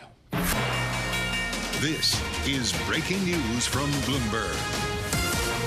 And the numbers coming in, and they are right on target. We'll start with CPI month over month for November. The survey was for 0.3%, came in at 0.3% on the dot. When you take food and energy out of the picture, the numbers remain the same, 0.3%. We go to year over year, 2.7%. That was the expectation.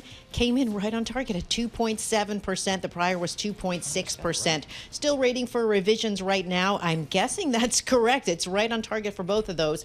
We want to get to the reaction. So let's see. Now we've we've got green across the screen. We have NASDAQ futures up 0.3%, 77 points. Dow futures up 0.1%, 48 points. S&P futures up 0.2%, or 15 points. Ira Jersey said, go to the 2-year yield. Here we go, 4.14%. That is little change. The yield on the 10-year, 4.23%, and that is little changed as well. We'll send over to you, Tom and Paul. Equities get a sigh of relief. I mean, did you see how she did that? Perfect. She nailed it. Karen Moscow couldn't do that. I don't know. They're all good. She went to. Looks like the Economist got it right here. So, I think for 2025, we got Lisa to quote the yield to 4 digits. Yes. I think that would be, something good to do. We'll see. We welcome all of you on YouTube. We're giving a few moments here for Ira Jersey to digest the report. And again, as Lisa said critically, we do not see the revisions to those 4 key lines of inflation data on a headline and on core CPI. They all came in on target. But the revision, will be important. I got average inflation adjusted average hourly earnings, weekly earnings. They come in a little bit light. Don't want to make too much of that. And as Lisa mentioned, the equity markets give a lift here off the data. I had a 13 handle on VIX, now 14.00. Completely unfair, but we go to Ira Jersey when we want to be unfair. Ira, at this point, can you glean the service sector dynamic, or does that take another half hour or hour? Oh, it doesn't take another half hour. I jumped into the real hourly earnings numbers, though, Tom, because one of the big drivers of all of these spending gains and that we've seen and what's kept driving up GDP and industrial production and all of these other things that we look at in order to gauge how the economy is doing has been earnings and real earnings. And real hourly earnings were still up in November by 1.3% on a year-on-year basis, which is a little bit lower than it was in October, but just by 1/10. So that's really not a bad number at all. Which basically means that people are making more money than they're paying for goods and services. So that's a positive for the economic outlook going forward. That didn't drop very significantly at all. Red headline just crossing the terminal as well, just at the same time as the CPI. Albertsons terminates merger pact with Kroger. So much for that grocery store merger there. We'll have more reporting on that coming up. This goes right into Ira. This is important because I'm not going to go into it now. It's too important to talk to Ira Jersey and Andrew Sheets. But they lift the dividend. They do a share buyback. Happy. This merger didn't work out. And Ira, that goes again to my core theme, which is America adjusts. Corporations adjust to the cards they're handed. If we have a disinflation, even if we stumble here, how does the bond market adjust to that economic reality? Well, if we have a disinflation, then I think the first order effect is a steepening and a bull steepening of the yield curve. So 2-year yields go down faster than, say, 10-year yields or 30-year yields. And the reason for that is that the Federal Reserve will have the ability to cut more than is currently priced into the market. Keep in mind, we're only pricing for the Federal Reserve to cut another 3 or 4 times. So we're only talking about another 75 or 100 basis points of rate cuts by the end of next year. And that's a meaningful change and shift from where we were 3 months ago when the market was thinking before that September payroll report that we received on October 3rd. Before that, we were expecting the Fed to cut down, another 150 or 200 basis points from here. So I think that's the first order effect if we get the disinflation, but it doesn't look like it. And I have that services number for you, Tom. So that was up again 0.3% on the month for 4.5% year on year in terms of services inflation. So still services is still driving almost all of this. You look at the good sectors are actually negative, right? In some cases. And that's so really we're 65% of our consumption basket is services, and that's still seeing reasonably decent inflation and increases. Right. Ira Jersey, thank you so much. We're going to get to Andrew Sheets here as we can. Headline out. Well, this is not a headline. This is a press release I have not read from Albertsons. Albertsons files lawsuit against Kroger for breach of merger agreement. I have no idea what that is. but nevertheless, there it is. With the share buyback, with the dividend lift, as they take in money from Kroger for busting this agreement, the stock doesn't lift. The stock's off fractionally here right now. We'll have much more on this breaking story of groceries, particularly Good Morning out west on your commute across America. Andrew Sheets with us now with Morgan Stanley. We're thrilled that he could be with us today. Andrew, the first thing I did in honor of your Brown University mathematics is I took core CPI, the series, not the year over year, month over month, the series, and I don't have a first or second derivative convexity towards disinflation. Does Morgan Stanley see disinflation in place, or can you not say that after the report? Yeah, so we do see disinflation in place, although not yet. Inflation is still holding up through the end of the year. Where we, I think, are a little bit more optimistic on inflation than the consensus is next year, where we see inflation coming down. And I think importantly, it's really coming down in the first half of the year, where for the incoming Trump administration, we think it's going to be a case where policy has kind of fast announcement but slow implementation. You don't get the inflationary effects of tariffs, of immigration changes until kind of in the back half of 2025.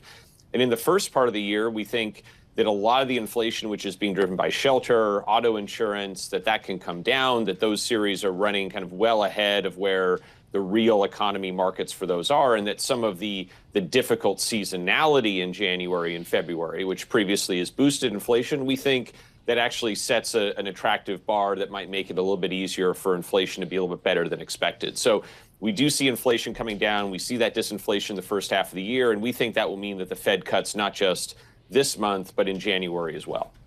Is that, so get a sense there, Andrew, where out there are you suggesting your clients really think about adding some risk, if anywhere, as they think about 2025? Yeah, so I think as a house, I think we are more optimistic than consensus on duration. We think that bond yields will fall. We think that fall will be concentrated in the first half of the year as the Fed ends up cutting a little bit more than expected, as inflation falls a little bit more than expected, and as I think some of the inflationary impacts of policy change take longer than expected to develop. And I think an important part that our interest rate strategists have been talking about, but it also applies to credit, is fixed income markets have been operating under this very difficult environment of a very flat or inverted yield curve. There's been very little carry in the asset class. If the Fed continues to cut as we expect, if the ECB continues to cut as we expect, we think the European Central Bank will take policy rates down to just 1% by the end of next year. That's going to provide, I think, a much better carry environment for fixed income and be supportive of duration. Credit risk. How much credit risk are you suggesting folks take here these days, given that the 2-year Treasury is at 4.12%?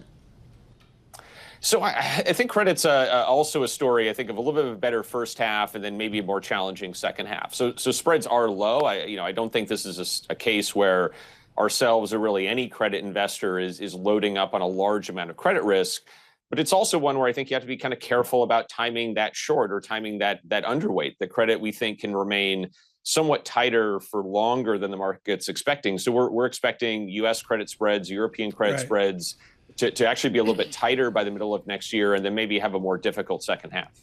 Andrew, just one final question here. It's too short a visit today. We want to get you on for a much longer chat as well.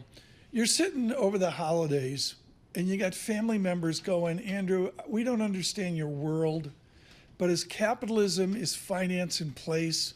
Is this a normal time? Well, I think what we are looking at is a much wider range of outcomes looking ahead. And I think the new incoming administration increases the odds of boom and a larger capital market rebound. And it increases the odds of stagflation, of weaker growth and higher inflation. If you look at Morgan Stanley's economic outlook, our strategy outlook, which we published a couple of weeks ago, you'll see that in our forecasts. You'll see that in our numbers. You'll see that in this wider range of outcomes. So I think we are moving from a very moderate outcome, which was outstanding for credit and good for the equity market as well, to something that's a lot less moderate. And it might not be bad. It might be good but it's a wider range of outcomes that we're dealing with. Too short a visit. Andrew Sheets, thank you so much. We'll do it again. Morgan Stanley today here after the inflation report. Jay Bryson coming up from Wells Fargo as well. There is a lift to the market, up 0.4%, up 21 on SPX futures. NASDAQ up 0.5%. With our news in New York City, Michael Barr. Thank you very much, Tom, Paul, Lisa. The suspect in the fatal shooting of United Health Group executive Brian Thompson is fighting extradition to New York, where he faces charges including second-degree murder. We get more with Bloomberg News senior editor Bill Ferries. Still a lot of questions in this case, but fighting that extradition gives Mangione a chance to perhaps look for a stronger legal team in New York if that's what he wants to do. And it also allows him to avoid going into Rikers Island, the prison right now, which is most likely where he would be sent if he waived extradition and went to New York. Bloomberg News senior editor Bill Ferries. Luigi Mangione is charged with shooting Thompson outside the Hilton Hotel in Midtown Manhattan. He was arrested at a McDonald's in Altoona, Pennsylvania, with a homemade gun, a pile of cash, and a manifesto decrying the healthcare industry. His attorney, Thomas Dickey, says, though, that's not enough to link his client to the murder. There's a rule of completeness, so you have to take any writing or any document in its entirety because some things can be taken out of context. Thomas Dickey spoke on ABC's Good Morning America. Firefighters have been battling the Franklin fire in Southern California, but little progress has been made because of the strong Santa Ana winds and dry conditions. About 20,000 residents in Malibu remain under evacuation orders. A federal judge in Texas has rejected the auction sale of Alex Jones's InfoWars to the Onion satirical news outlet. The judge criticized the bidding process as flawed, as well as the amount of money that families of the 2012 Sandy Hook Elementary shooting stood to receive. The decision is a victory for Jones, whose conspiracy theory platform was put up for sale as part of his bankruptcy case. It is in the wake of the nearly $1.5 billion that courts have ordered him to pay over falsely calling one of the deadliest school shootings in U.S. history a hoax. Global news 24 hours a day and whenever you want it. With Bloomberg News Now, I'm Michael Barr. This is Bloomberg. Tom, Paul, Lisa.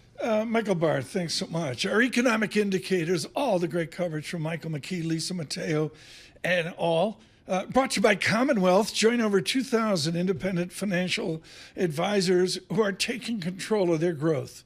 With advisor-centric support, future-ready technologies, grow on your own terms with a partner dedicated to your success. Go to commonwealth.com to learn how. And we thank Commonwealth as we do. Paul, in 30, 40 years, I've never seen headlines like from Albertsons. Yeah, they're not happy.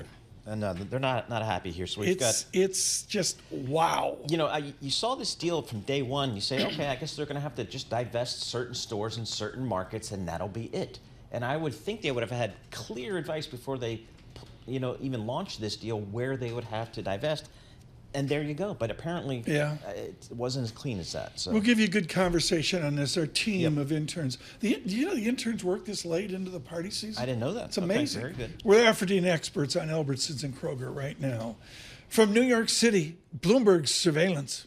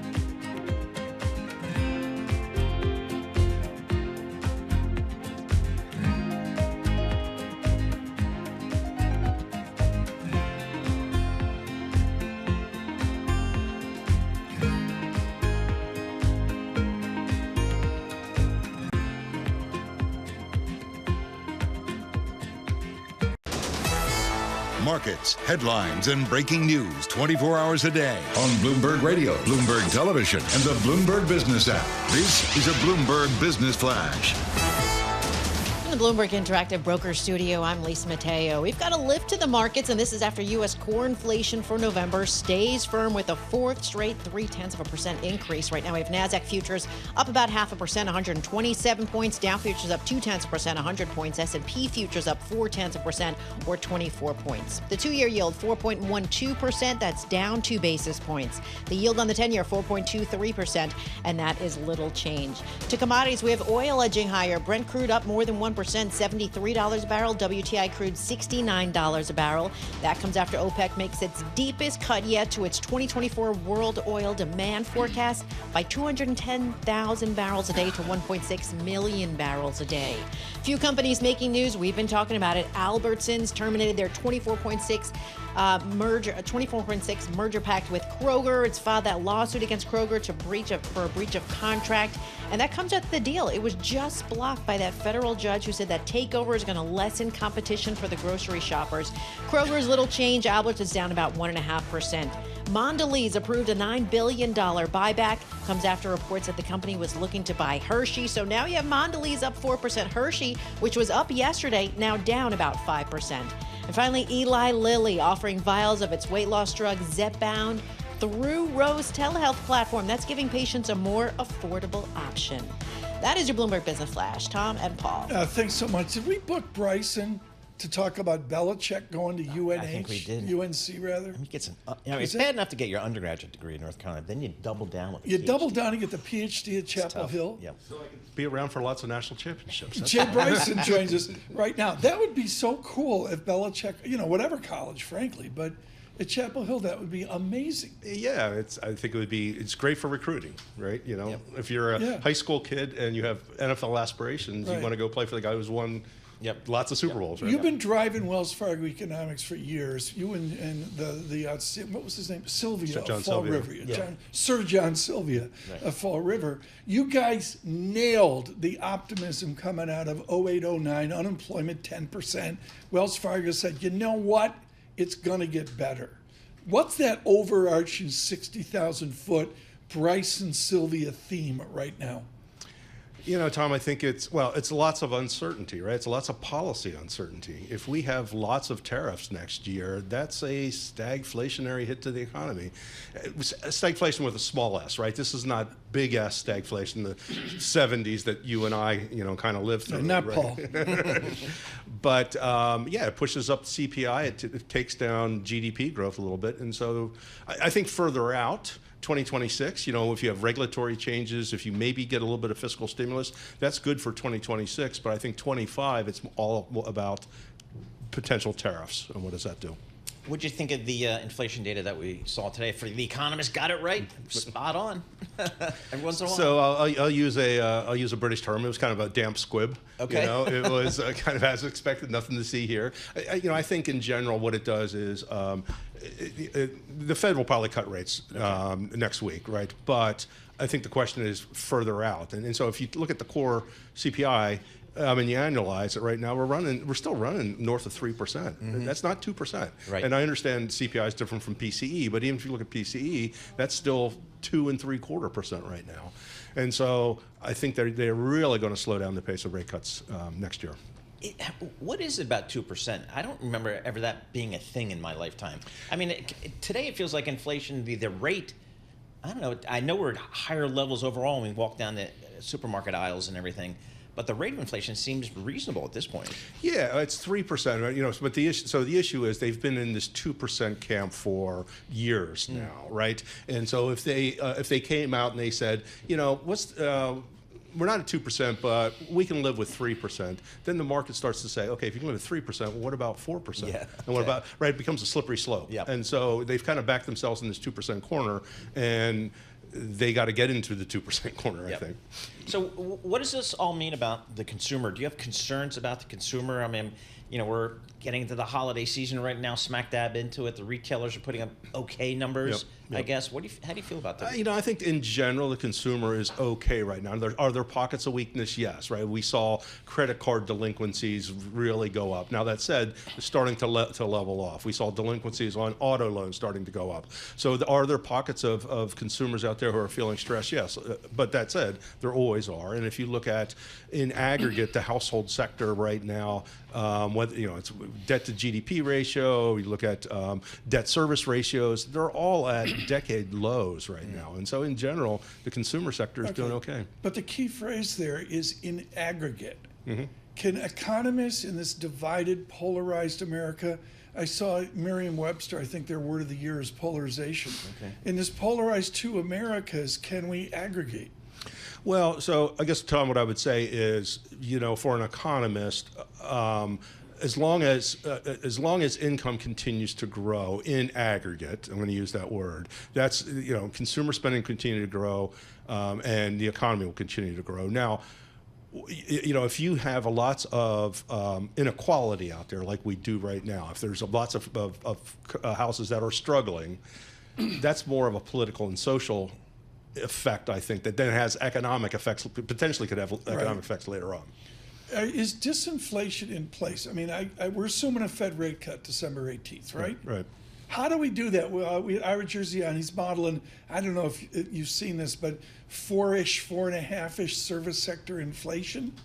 We're cutting rates into that service sector inflation? Right. What we do have is, and I haven't seen the year-over-year numbers in terms of core goods, right? But what we've had is, up until at least November, we had actually deflation in goods, right? And so the Fed is, now if that's where the tariff thing comes in, right? If you put tariffs on goods, that's going to cause those prices to go up. And if you're in a service sector that has a 4% inflation rate, then you're not getting the 2%. Could we get the big long pause? I mean, Paul, is what we're talking about here is months and months of meetings and meetings of pauses, right? I think knowing what I know right now, I would say I think they're on hold in January, right? Just to digest things. And then it's really going to depend on how policy rolls out from there.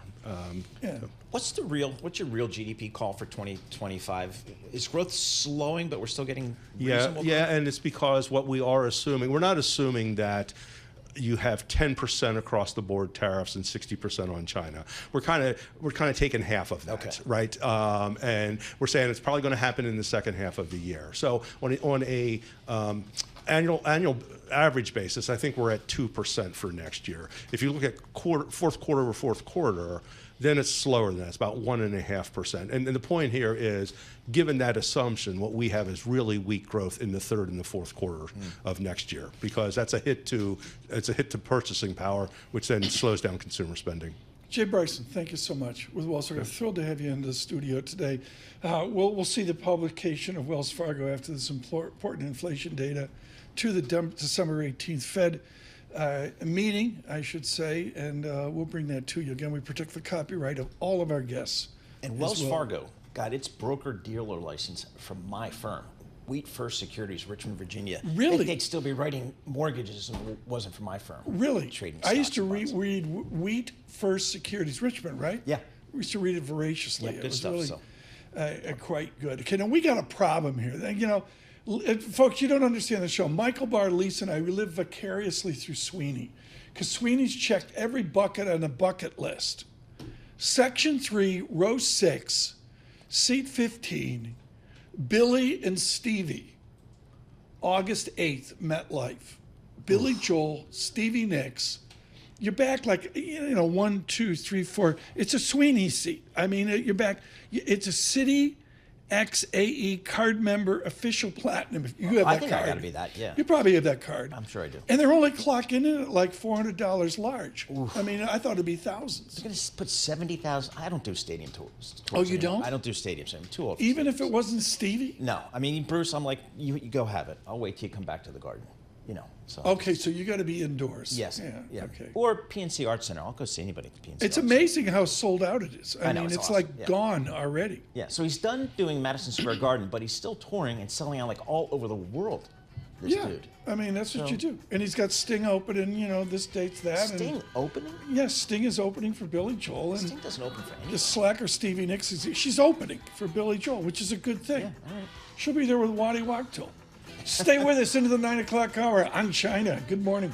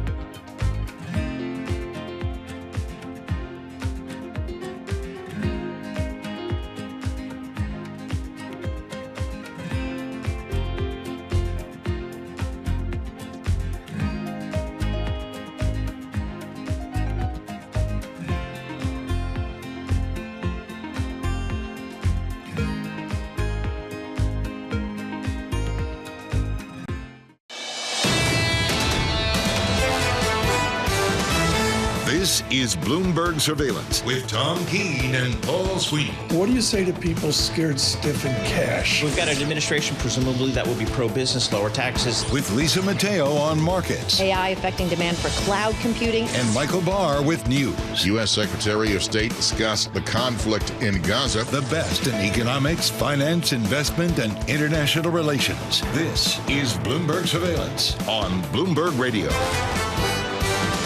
Good morning, everyone. Tom Keene, Paul Sweeney, Michael Barr. Michael Barr's still with us.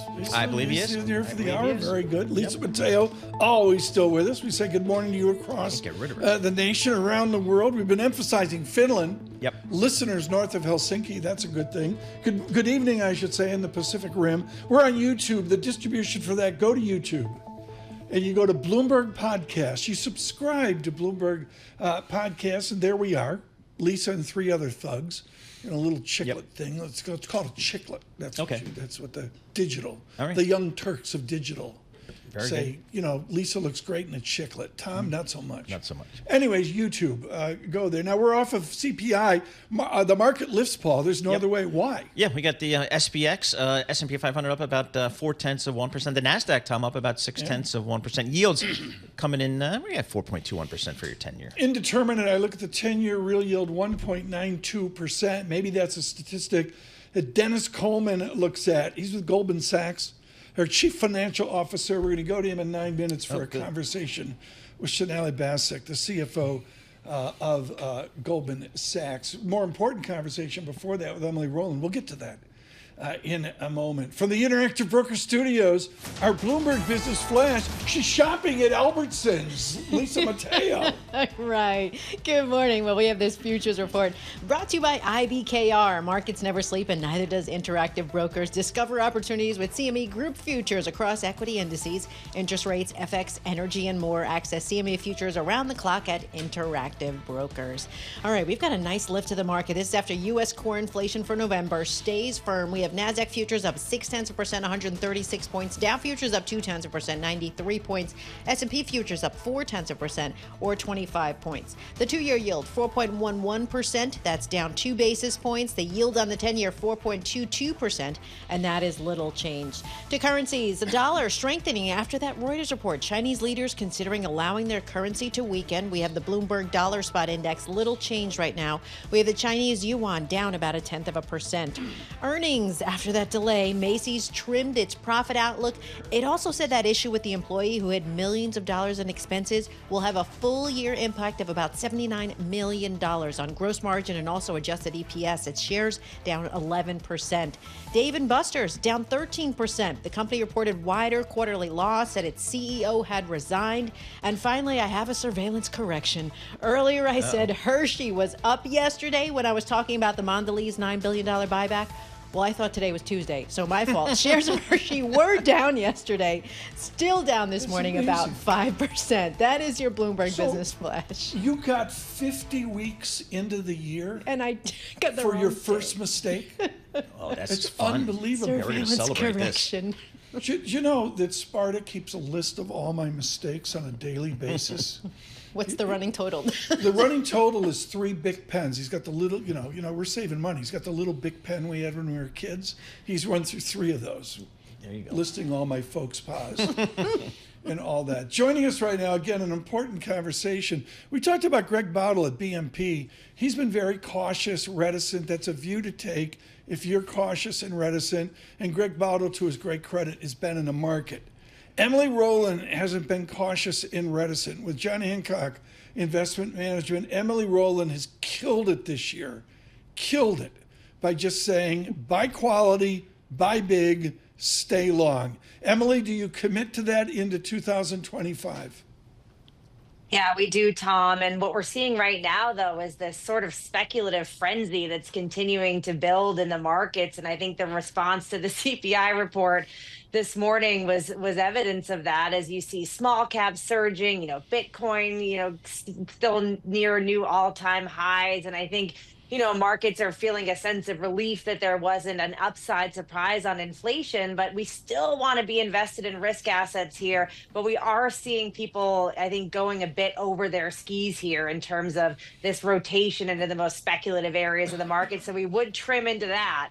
But we still, again, want to embrace high-quality U.S. stocks. Paul, into next over year. your skis is Eastern mountain skiing, not That's the right, fancy yeah. Western stuff. Nobody's over their skis out at Vail or Copper Mountain. Exactly right. That's the blue ice of the East that we all grew up on. So, Emily, what do you think our Federal Reserve is going to take away from the inflation date print we saw today, which was right smack in line, and what we might see tomorrow from the PPI?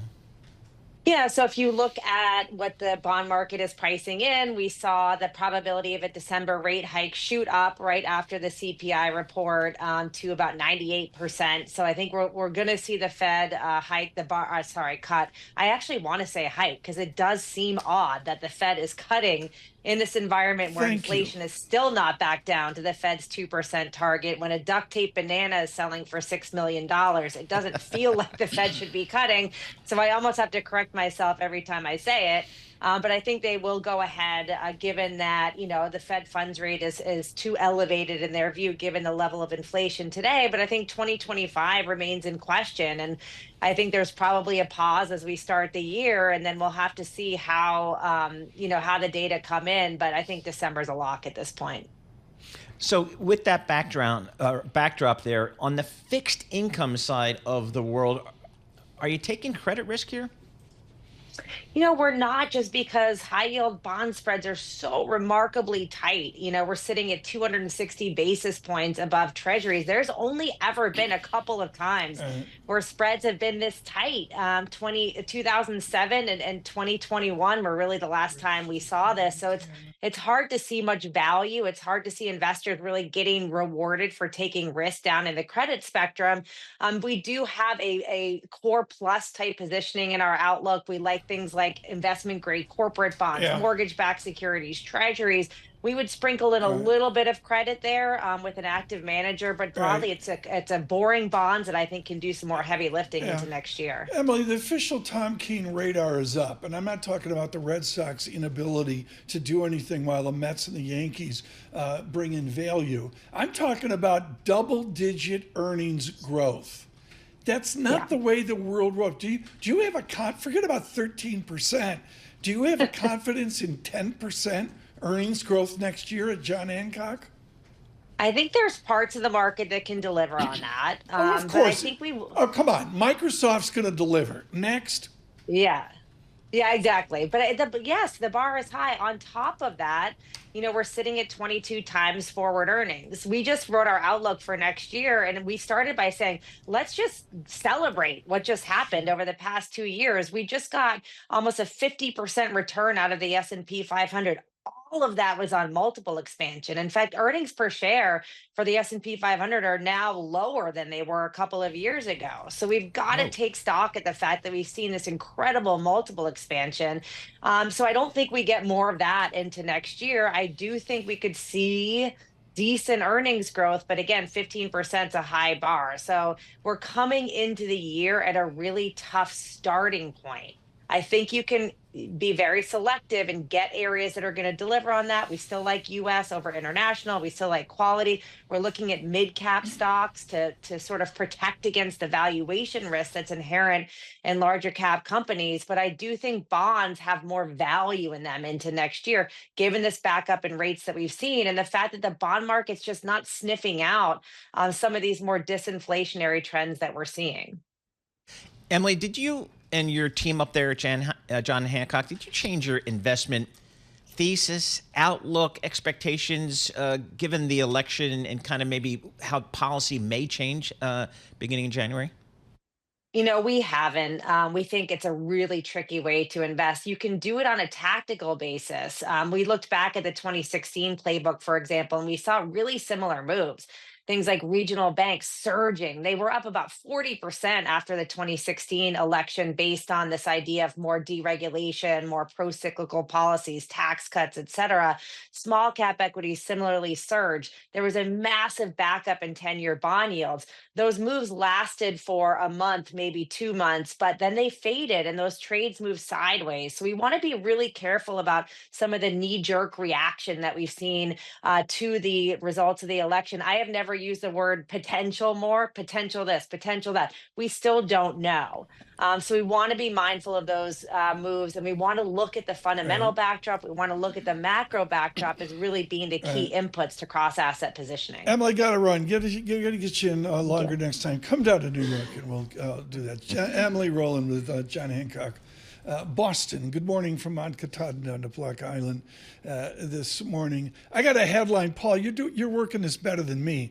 Apple working on AI chip with Broadcom? Sure. Say what? Why not? I mean, you feel like Apple needs to maybe get more in the game on AI, which is the expectation that they absolutely would. And here's a move here. So Broadcom stock, this is really good for them. They're up about 5% pre-market trading for Broadcom. Should we talk to our top lawyer at Bloomberg Intelligence? We've got Let's do that. We do that with Jen Rhee. She covers all the antitrust litigation for Bloomberg Intelligence. And boy, Kroger's and Albertsons, the judge said, you guys can't do this deal. What's going on, Jen?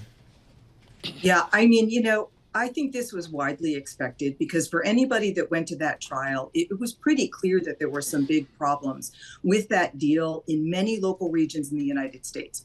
From an antitrust perspective, when the FTC looks at something like this, they're looking at what consumers' options are, where they can substitute if they don't like the prices or the quality at a certain grocery store. So you have to look at a lot of little localities all over the country. And what they found was that in thousands of regions, what they believed this merger would create was just undue concentration that would allow prices to go up, maybe quality to go down. And the judge agreed with the FTC and said that is the case. Is there any risk here that Albertsons goes out of business? I mean, if Albertsons and Kroger are facing the juggernaut known as Wal-Mart, are the people in Washington oblivious to the competition every day from Lisa Mateo being in aisle 5 at Costco? The thing is, that is a defense in antitrust. The problematic deals can be defended by claiming in court that you are a flailing firm or a failing firm, that if you don't do this deal, the seller will not be able to compete as viably or will go out of business. The companies didn't present that defense. So the judge has to make her decision based on the evidence that's in front of her. And she specifically said, look, there was no argument made here that if this deal isn't done, that Albertsons is going to fail or go out of business. So she can't decide that. Okay, come on. At Case Western Reserve, when you were studying it, did Kroger or Albertsons screw this up? Well, Albertsons is now claiming that Kroger screwed this up. It looks like they're suing Kroger for a lot of money because they believe Kroger wasn't listening to the FTC's concerns and didn't put together an appropriate remedy. And in fact, this deal did fail largely because the remedy was insufficient. So we're going to have to see, how much Kroger directed that remedy, what it would be, where they dug in their heels, if Kroger wanted some more robust remedy, and Kroger refused, and then the remedy failed. We'll have to see how that all plays out, because that was a big component of this. Had that remedy been better, maybe this deal could have gone through. Does this deal come back after President-elect Trump is inaugurated? You know what? I don't think so. To start, they have spent millions and millions of dollars and spent now over 2 years trying to get this deal to go through. I think at this point, and now obviously they're going to be antagonistic toward each other because there's going to be this new lawsuit. I don't really think that this comes back. And I'm also not so sure that these giant deals between two competitors are actually going to fly through with the new FTC under President Trump. All right, Jen, thank you so much. We appreciate it. Jen Reed, she covers all the antitrust litigation for Bloomberg Intelligence. And I thought, if I'm Kroger's, I say to my lawyers, just tell me what I got to divest. And if it's a decent package, I'll go in and make this acquisition bid. I don't know what happened. I mean, you kind of have to know going in. I read it yesterday, and the overwhelming thing here, which Attorney Reese said really wasn't part of the trial, is Walmart and Costco. Yeah. Usually it's about Kroger and Albertsons, but I mean, Lisa, help me out here. If you look at the grocery stores of the Northeast, they can't compete with Walmart and Costco, right? No, because they offer, Costco in particular, they have the better deal for your buck. You get more for your money, but you're also paying a membership fee too, which is come on, the membership fees are a cup of coffee. Kind of. I mean, $140 for the year is. Yeah, but you're spending $800 every time you show up. But I do get that money back at the end in a check. Yes, because I spend so much there. I just can't imagine. I'm shocked and learned that Walmart's the biggest grocery chain in the country. I didn't know that. And Costco's catching up to them. Costco's almost as big as Kroger. Yeah. So to me, this merger is about Walmart and Costco, and yet I'm reading that it was ignored in the trial. I wonder if that's what Elberson's suing about. Yeah, and I think they're also suggesting that maybe the package of divestitures wasn't good enough, and that's what caused this failed. We're going to go into a conversation. Paul Sweeney turned to me the other day. He said, Goldman Sachs is at $600. Their management, maybe management of the year, coming out of a disaster, troubled year. Dennis Coleman now, their chief financial officer out of Princeton, decades with Goldman Sachs, in conversation with our Shonali Bassick. Our priorities as we head into 2025, given our outlook and given our two world-class interconnected businesses, we are really optimistic on the prospect to continue to drive growth for our clients and for Goldman Sachs. And so my number one priority is making sure that all the people of Goldman Sachs are front-footed and focused on clients. We can serve them as best we can heading into 2025. Many of the other things should take care of themselves. Front-footed and ready to go. If you take a look at the market reaction, you see so many investors betting on investment bank stocks, Goldman benefiting more than any of the big six banks out there. Your stock is up more than 52% this year. What does that mean in terms of what investors should expect for next year? Is that runoff justified? Is there more to come? How much activity should they expect? So I think what investors see is a combination of factors. They see an improving macroeconomic backdrop. They have increasing optimism about the growth trajectory in 2025. And they recognize that Goldman Sachs has established leading market share positions across both global banking and markets and asset and wealth management. Certain of the activities within our portfolio of global banking and markets have not been performing at their ultimate potential. Yet our rankings and our market share positions are absolutely top. And so as we see an uptick in activity heading into 2025, I think they appreciate that our firm, with our client franchise, should be able to drive a lot of elevated activity. Do you think there could be some choppy waters on the road to more M&A? You look at just the last couple of weeks of the Biden administration, you see the Kroger-Albertsons deal fall apart under the weight of the FTC. You see a bigger crackdown on that Nippon Steel, U.S. Steel merger from the Biden administration. And you have Trump naming somebody to lead the FTC with Andrew Ferguson. Stack it all up together. Do you think that there could still be headwinds to M&A given the future antitrust environment and the one that we're still making our way through today?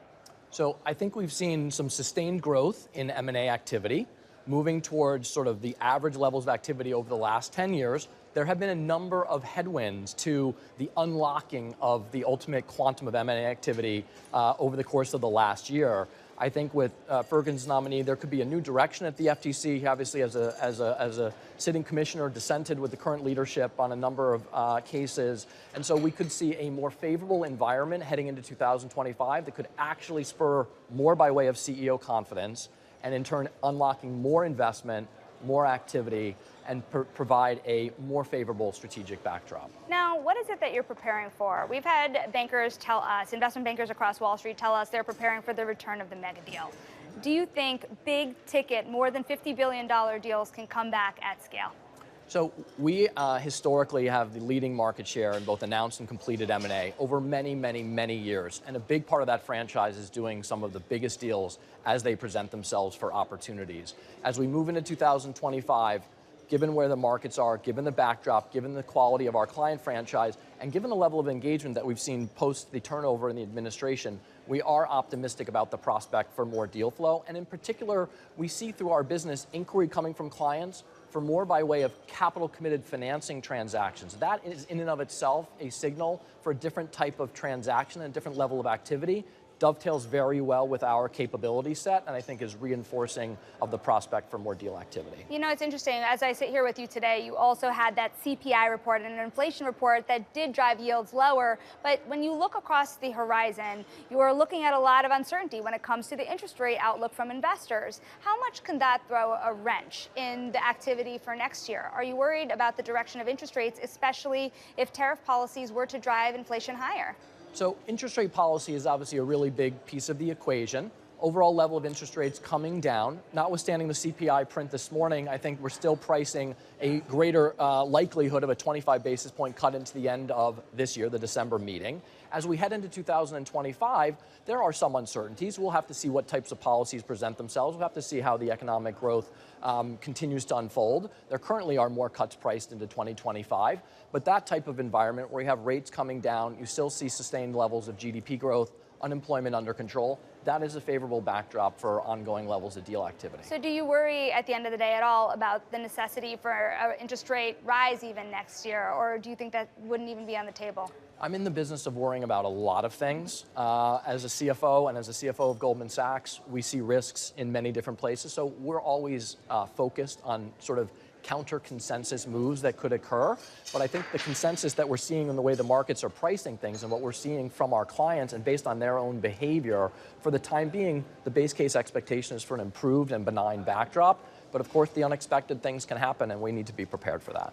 What is your biggest worry when you head into 2025? So there are, again, long list of things that we need to be focused on. The things that are very much top of mind for me these days, geopolitical risk. Recently we discussed, and in the last week alone, we've seen, government disruptions across Korea, across France, across Syria. That's just in 1 week. So it's a reminder that around the world, there are levels of instability that you need to be mindful of. I'm always, quick to point out that cybersecurity is a risk. It's a risk that all of us experience operating in a global and interconnected world. So just off the top of my head, those would be two things I would flag for you, Sonali. Another thing you mentioned a little earlier is that your number one priority is to get your people on their front foot for next year. What does that mean? If you think about the talent story, is Goldman Sachs ready to be hiring bankers once again to capitalize on that M&A activity? How do you think about where you stand on the talent story today? So talent is a mission critical component of Goldman Sachs. It's one of the most important things we need to be successful as a company and successful for our clients. Very proud history of attracting the best and brightest, developing them, and then making sure that we create the kind of work environment, client franchise that makes them feel confident they can develop long-term productive careers at Goldman Sachs. I think there's an excitement that they feel in terms of the overall uptick in activity. These are professionals at the top of their game, and they want to be involved in some of the most impactful and consequential, developments that occur across the global capital markets. I think they recognize that being part of our platform is a really special opportunity for them to realize their potential and serve their clients as best as they possibly can. But does that mean it's kind of like a now hiring sign for Goldman Sachs, or do you feel like you have what you need to get the job done for next year? Fair question. So we're always focused on ensuring that we have the absolute best people in almost every sort of subsegment of our business. We feel really good about the team we have at Goldman Sachs. We feel really good about the depth of the team that we have at Goldman Sachs. In many respects, Goldman Sachs is the talent factory. And I've been at the firm almost 30 years, and we develop really highly talented professionals.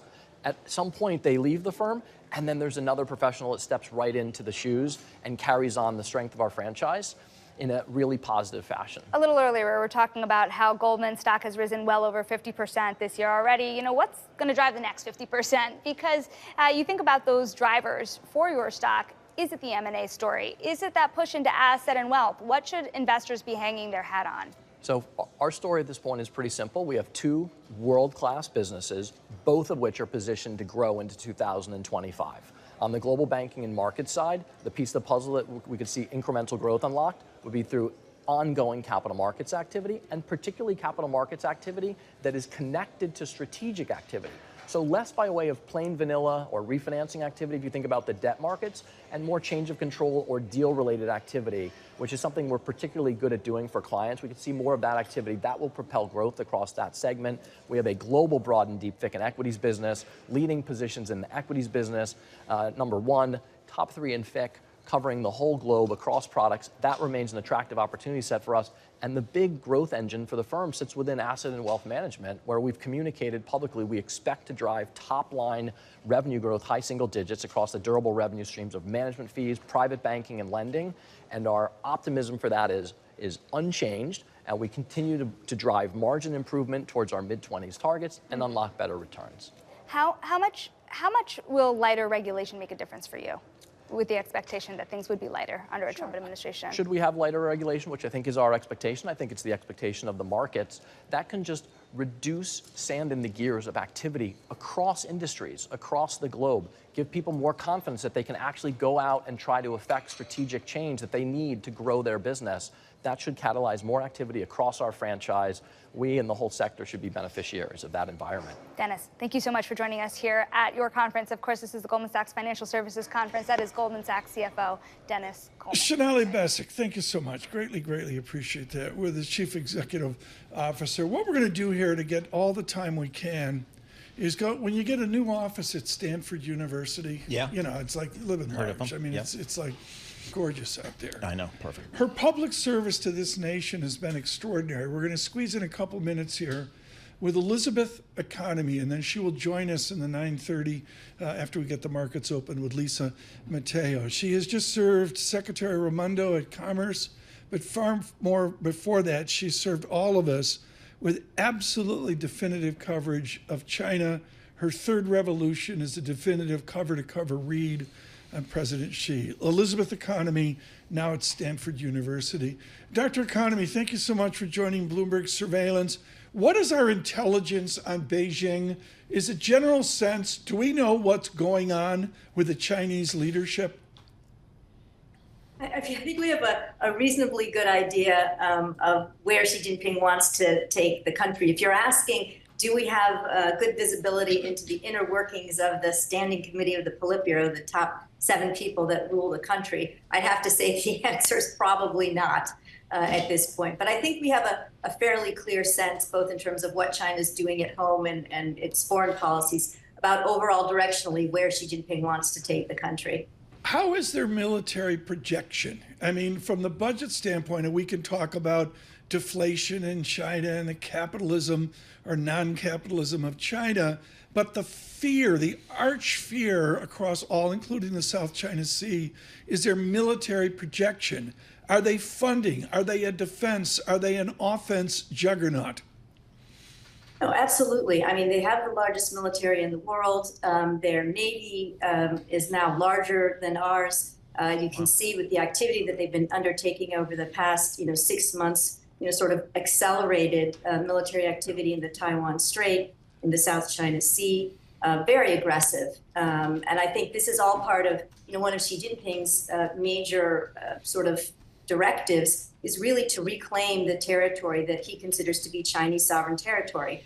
And so I think they use any excuse they can to sort of do these military exercises, I think in the hopes basically to coerce other countries and Taiwan just to accede to Chinese demands. That hasn't happened yet, but I think that really is the intention. So there's been no let up, despite the challenges in the Chinese economy. There's been no let up in terms of their spending on defense, in terms of the overall trajectory of their military and their desire to be able to project force in meaningful ways. Dr. Economy, what do you believe the Chinese view is of President-elect Trump here?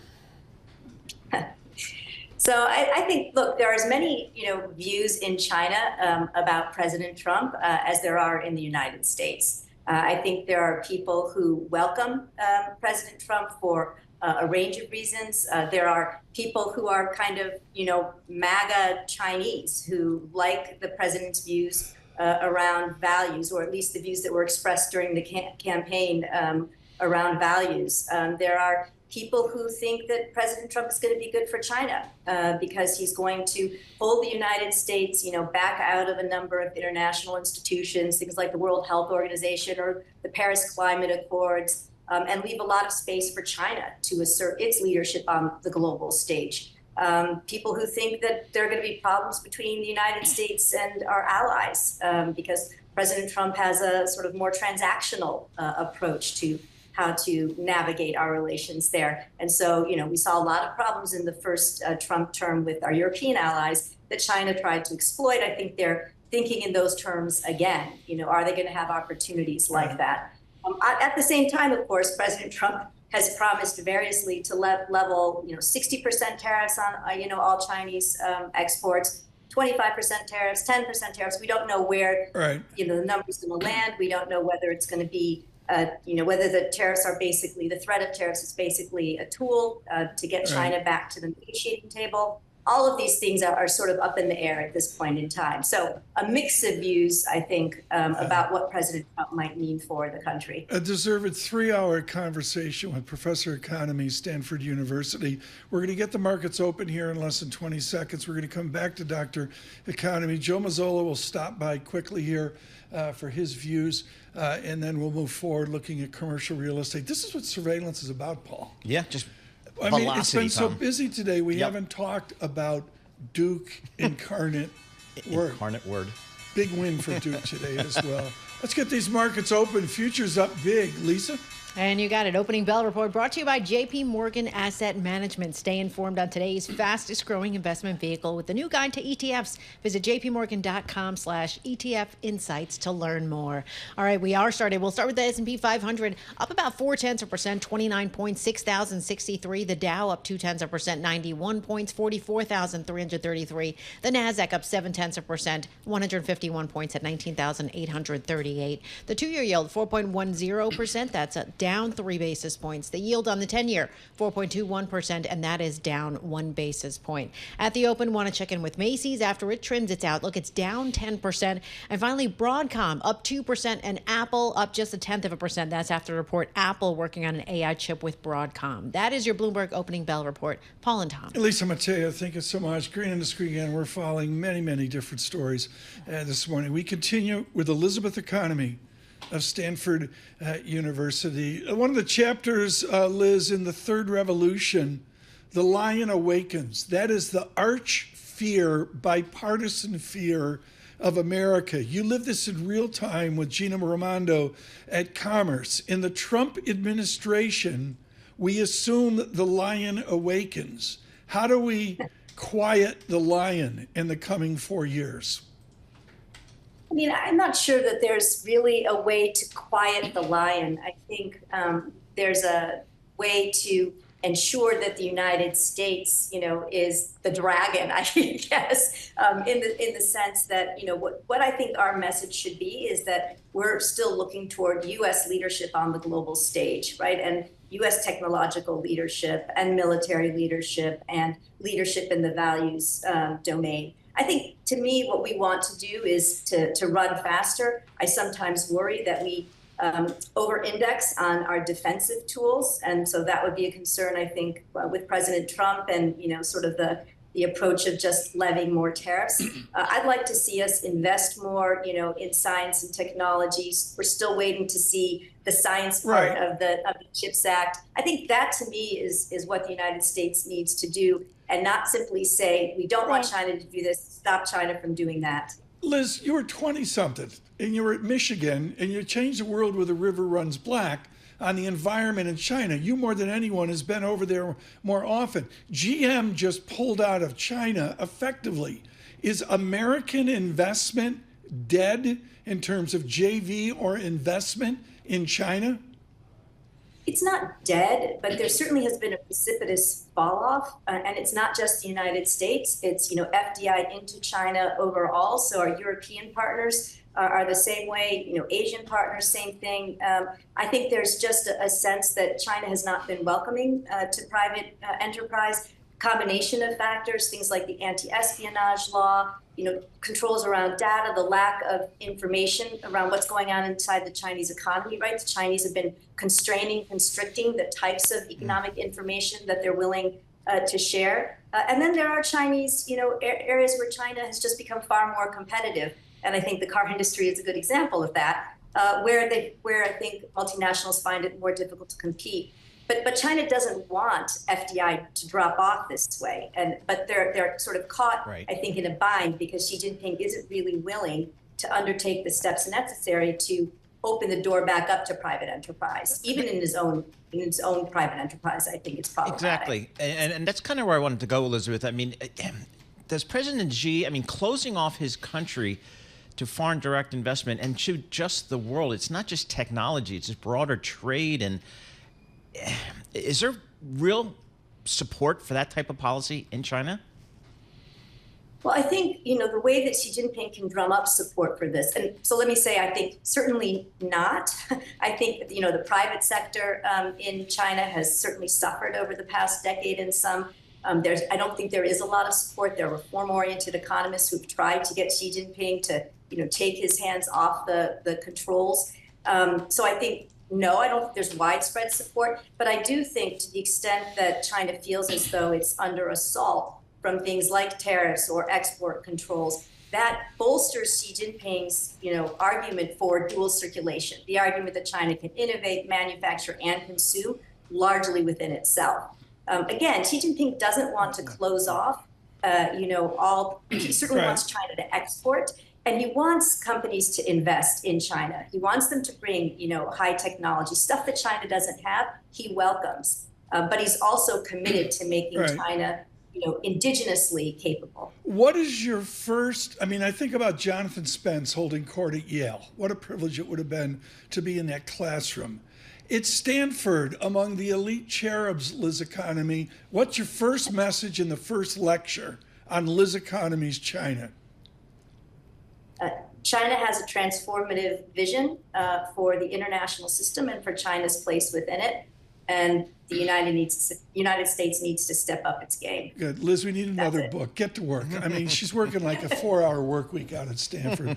Elizabeth, I'm up at 6:15 to do this. What do you mean? Yeah, see at Eli's Coffee on Madison. Elizabeth Economy, thank you so much for joining us. She's professor at Stanford University. Definitive, The River Run Black. Black. I have it. It's in the aisleway at home, on the East Wing. And she's at Michigan. Nobody knows who she is. And she does this book. I know. Boom. Amazing. Huge success. The River Runs Black, an older book, The Third Revolution, now on President Xi. On the markets here, we had to wait for SPX to go up 0.6%. NASDAQ up a stick. Joe Mazzola joins us, head of trading and derivative strategy at Charles Schwab. Joe, let's start with what we are doing. Here in December, what are Schwab accounts doing, not talking about? What are they doing? I think that's an important distinction, Tom. What they're doing is they're buying, but they're selective. I wouldn't say the buying has been across the board. And what I found interesting is that the sector flows that we saw here at Schwab that saw the most inflows were probably ones that you wouldn't think about. Technology, of course, that's usually at the top of the list. But two other ones I thought were very interesting, and that was healthcare and staples. So it shows that clients are maybe de-risking a little bit, taking off maybe some of the higher beta names. Now, in particular, the names that are most heavily traded are NVIDIA, Palantir, and AMD. So that maybe runs kind of counterintuitive. But those are some of the IT names, that they traditionally tend to trade a lot. Where we saw some selling was more so on the consumer discretionary side. We saw Disney, Tesla, those were two big sales, and then Apple being the third. So, Joe, we're sitting here with the S&P 500. I think 57 record highs this year. That gets I me wouldn't nervous. know. I'm in all cash. You're in all cash, sleeping safely. That gets me nervous. Does that get you nervous?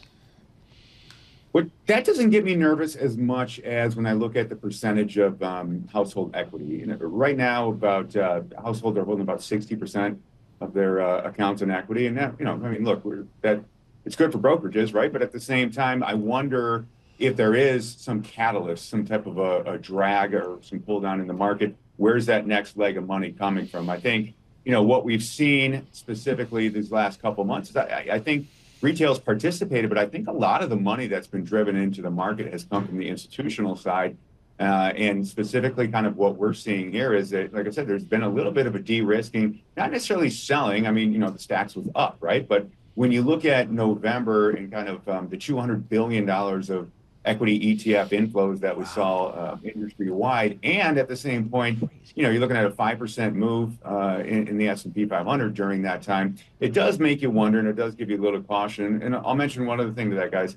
Looking at the VIX, the VIX is sub 14, so 13.5 right now. I know we still have a couple more weeks in December, so maybe you don't want to pay the time decay to hold that during the holiday season. But boy, I think once we get past that Fed meeting, it might make some sense to add a little protection.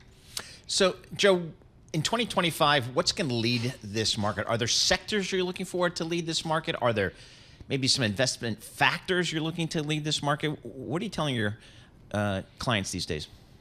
Yeah, I think it's more of a factor analysis, because I think what we've seen with the sectors as a whole, it's just the volatility of the rotation. It's really kind of hard to kind of get in front of what that next buy will be. I'll give you a perfect example.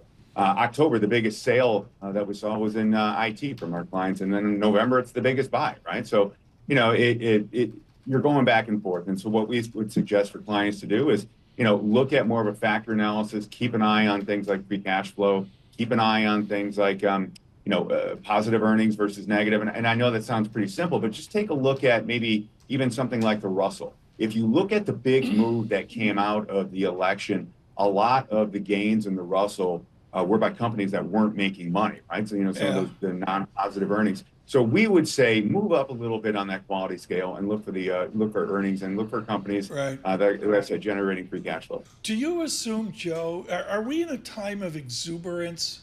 I can't. I mean, Sweeney tells me we're exuberant. I don't feel that exuberant. Is Joe Mazzola bull market exuberant? I would say, Tom, that we're in a time of, cautious optimism, if you will. And here's why I say that. If you look traditionally and historically, you get a bit of a grace period in the markets from an election into inauguration. And I think what happens is the markets are riding that a little bit. And the reason I talked about, the VIX and volatility, because is if you look at, what is going to align with the inauguration, you're also going to have Q4 earnings are going to be coming out at the same time as well. And until we really start to see maybe analysts start to downgrade those earnings a little bit, it does seem like the bar is a bit high for 2020, especially if we're not factoring in more than, rate cuts. Joe, I got to go. It's been 2 hours in a row. I've shorted Michael Barr. He knows the Bills are going to beat the Lions. Yeah. Joe Mazzola, thank you so much. Greatly appreciate it. We'll get to Michael Barr in a moment. Paul, I thought you told me December's slow. That's what I thought. I came in today thinking, not a snooze fest, but no, I thought it'd be a little slow. Got lots of economic data this week. We've got M&A that's getting announced. We've got, I'm thinking about Omnicom Is Hershey's and IPG. off? Hershey's, that deal's still going to... It's still on. Still on. What's off is the Albertsons Kroger deal. So we got deals going on the table, coming off the table, lots of economic data, and people trying to think about, all right, 2024, the index has been great. What do I do next year now? Joe Mazzola said Apple, I believe he said Apple is a little, people are selling. A little bit of a Is source a general of cash, statement here? I mean, it's had another solid, kind of run here. Hold on. We can do this, folks, in the DES screen. Someone out on Twitter going after Mr. Bloomberg in the DES screen, making fun of use of the description screen. Love the DES screen. The DES screen saves us every single day. Time. I mean, it's a key function. And I got on Apple. I'm looking here. My eyes are, I'm sorry. There it is, market cap. 3.765 trillion. Yeah, that can work. I'll extrapolate and tell you what price on 4 trillion. Yeah. But I don't think there's been nearly enough buzz in the last X number of weeks on the Apple moonshot we seem to be living right now. 29% year to date here. So we've got this company. It's just extraordinary. All-time high for this stock. You put up the chart, and it's just extraordinary. So, I mean, who bets against Apple? Gurr is so tough with his questions. Do you think he'll ask Secretary Yellen if she owns Apple? He might. He might. Yeah, I think he's interviewing her. It's within the hour, 10:30. Yeah. Fantastic. We're going to have that. On the Alex Steele Hour. Alex Steele Hour. We'll have it, absolutely. And it'll be David Gurr. But, it'll be some really interesting questions here about Treasury and the shift over here to the new administration. Well-timed, and, of course, he's going to sneak in some Fed questions. Yeah, I mean, it's just absolutely. the way Gurr. Why wouldn't you? The Gurr rolls. He's down in D.C., so getting that done. Well, and wait a minute. I mean... But that's more Chapel Hill in the 10 o'clock hour. It is. That's okay. It's too much. I know. He's all right. He gets a pass. David Gurr in 45 minutes with Secretary Yellen. Looking forward to that.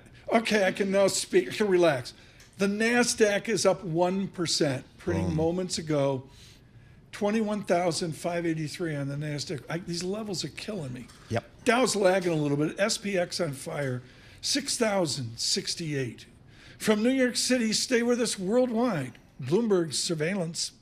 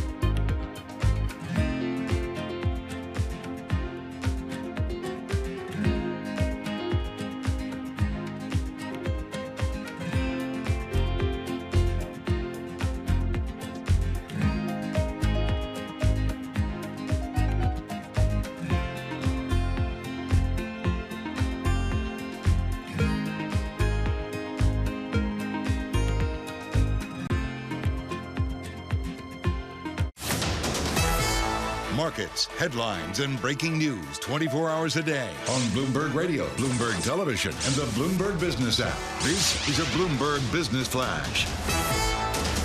From the Bloomberg Interactive Broker Studio, I'm Lisa Mateo. Well, one of the last reads on inflation before the Fed's next policy decision came in right where economists expected. The core consumer price increased 0.3% for a fourth straight month, and that's really given a lift to the markets. We're also on records watch, so let's get right to it. The Nasdaq up 1%, 206 points at 19,894. The Dow up 0.1%, 60 points, 44,308.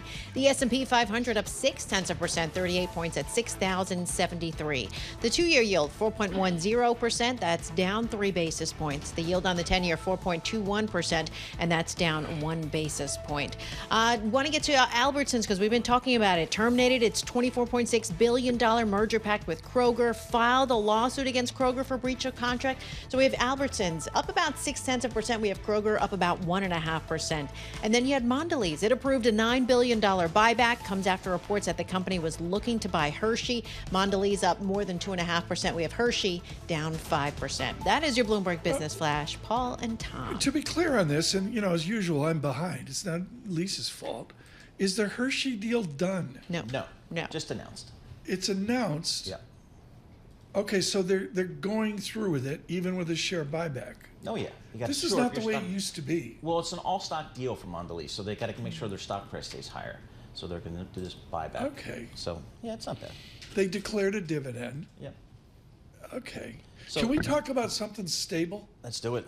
A real estate across America? Real estate across America. We get a huge response when SM Najija is CEO at Marcus and Millichap out in LA. Let's first talk about the fires. Is people living in Southern California, do you say to Gavin Newsom, how do we make this end? I mean, is there like a conservation effort? This is right around where you live, right? It is. Do you live next door to Barbara Streisand? I have a lot of friends who live in the Malibu area, or the whole region is just How do you very fix susceptible. You fix it by much better proactive management and solutions before the problem really happens. But we're kind of used to the fire threat and earthquakes. It's become a little bit normalized, which is itself kind of scary. People don't pursue solutions when it's something you've gotten used to. But it's a major problem for us in Southern California. Go ahead. Yeah. Please. No, it's just it's amazing. And having owned property in Northern California, real problem is getting insurance. You have to go to Lloyd's of London. My father was near you years ago, could not get insurance. Yeah, it's tough. Commercial real estate. I see 2025 a turning point for commercial real estate investment. You're not the only one that's saying What'd you do? Look at a crystal ball? That's what I'm looking at his notes here. You're not the only one saying that. I've had a lot of people come in here and say, we think we've seen the bottom. We think this thing is turning. We think there's great opportunity. Is that how you see it? It is. That's why we put it on our notes, which we submitted to you. And if you look at the inflation read today, if you look at the Fed pivot finally, even though gradual, the Fed isn't going to do anything radical.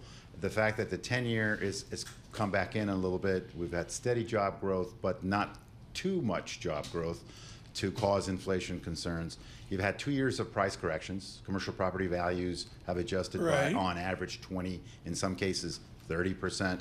And you have an asset class that is not seeing new supply become a problem. Supply is pulling back. Construction starts are down. And what I've seen since I saw you last, literally 90 days ago or so, I've been on the road almost nonstop. And what I'm seeing is a shift for the fear gauge to go from uncertainty to fear of missing out. Okay, but there's a wall of money to go after real estate. There always is. What have you learned this year in your travels about Class B, Class C, ugly real estate nobody ever looks at? I mean, is it going to become apartments? Are we going to bulldoze it? What have you learned about this crisis? Tom, I think you're referring to old, obsolete office buildings, which are very expensive and difficult to convert to anything. There's some conversion of office into multifamily that's been successful, but the amount of inventory that is suitable for that is maybe 5 to 10% of the inventory, because it's so hard. So what are we going to do, bulldoze it all? That's the big question for obsolete office space. Unlike obsolete retail, where 10, 15 years ago, e-commerce was just devastating brick and mortar retail, you could reimagine those shopping centers, rebuild them, or entirely basically demolish them and rebuild. You can't do that as much with obsolete office space, but that is such a small fraction of commercial real estate. You talk about apartments, people can't afford to buy homes, so they're staying in apartments longer. That demand is very strong. Retail has made a big comeback. I'm here for the shopping center convention. ICSC is the largest sort of participants and trade group for retail. 10,000 people are here in town in New York City in the next couple of days. What are they talking about? They're talking about the strongest demand for brick and mortar retail in 20 years. Really? That's what they're talking about. No, we're not talking Madison Avenue. Where are we talking demand? I mean, like in the suburbs, demand for retail? Suburban, open air, neighborhood, community shopping centers. Urban retail is still hurt, no question about it. Just like the urban office market is still not quite back. Yeah, Paul lectures me on this nonstop. I mean, you can just look across the street of Madison on Lexington Avenue. It's really tough. So if I'm in a local community, USA, I'm a local developer, I want to build some condos or apartments, is my local bank going to give me the loan to do that? If you're an existing investor with a track record, that sponsor quality is king right now. Regional banks are still under a lot of pressure because normally as loans mature and come off their books, fresh capital is freed up to recycle back into the market. A lot of loans have been extended because of the trouble that we faced over the last 2 years, and therefore banks are not as aggressive. It's gradually getting better, but there is financing available for quality sponsors, making deals that make sense. And we did 390 transactions in the last 12 months, I should say, transactions with 390 separate lenders across the country, because our finance team is constantly replacing lenders that pull out of the market with lenders that are coming back into the market. So it's a very fragmented process to find loans for our private clients, essentially. Larger institutional clients have lines of credit and other ways of accessing debt. You're a West Coast guy, Seattle academics, down to LA. he's hanging out at Michael's down in Santa Monica like 3 days I a know week. Calabasas. I'm hardly ever there. I live there, but I'm hardly ever there. He walks there. into the Sunset Tower Hotel and the Yep. place stops. Yep. Hassan, what does the East Coast not get? What is the corridor from Washington to Boston? What do we not get about the vibrancy of your world? Well, the vibrancy of our world has been challenged quite a bit. There's a lot of policies in California that are driving companies and people out of the state. The state has a lot of local issues. Thankfully, we dodged an extreme measure for ridiculous rent control that was defeated, thankfully. But so California, other Western states have a number of challenges. But what drives it is the educational institutions, trade, and of course, entertainment, and the fact that it's a huge tourism destination. One thing I want to make sure we talk about before our time is up is the favorable election outcome toward the 2017 Jobs and Tax Reduction Act, which had a lot of favorable provisions for commercial real estate that are more likely now to get extended. Okay. That's going to be another catalyst for more capital coming into commercial real estate. Do you shop at Albertsons or Kroger? I shop at 7-Eleven. 7-Eleven? No, I'm always on the run. I hardly ever have time to actually do heavy That's grocery okay. shopping. John Tucker shops at Wawa, which is sort of the same. Route 36. Same idea as well. Hassam, thank you so much. Hassam Najish is with Marcus and Millichap out in Los Angeles. Just wisdom there. Great to be with you. Thanks for having me. Paul, I've got this totally wrong because I'm looking, at 54th Street or 44th Street, going, the world's coming to an end. Yeah, no. You got the There's rest a of the whole world, they're world doing out there. okay. They're doing What are okay. we going to do when Apple turns 250? Are we forced to speak to Dan Ives tomorrow? We might have to. I mean, he's been telling us to buy tech, and he's been right. So we'll have to see how that goes. But again, another 30% pop in the stock this year for our friends at Apple. We had a revolt today here within the news. So the control room went mental. We did Stevie Nicks in the last hour, and they say more Stevie Nicks. So that's what we got to do. That's how you here. do it. I mean, you're going to do it. Dave Grohl of the Foo Fighters, there was a mixing board, a console in L.A. right near where Hasim lives, and he said, "You're not selling it to somebody. I'm taking it north." He took it up to Seattle, Vancouver area. They made a record album with Stevie, Dave Grohl and Stevie Nicks. Have a good day. Coming up, the Alex Steele Hour on Bitcoin, on Apple to 4 trillion market cap.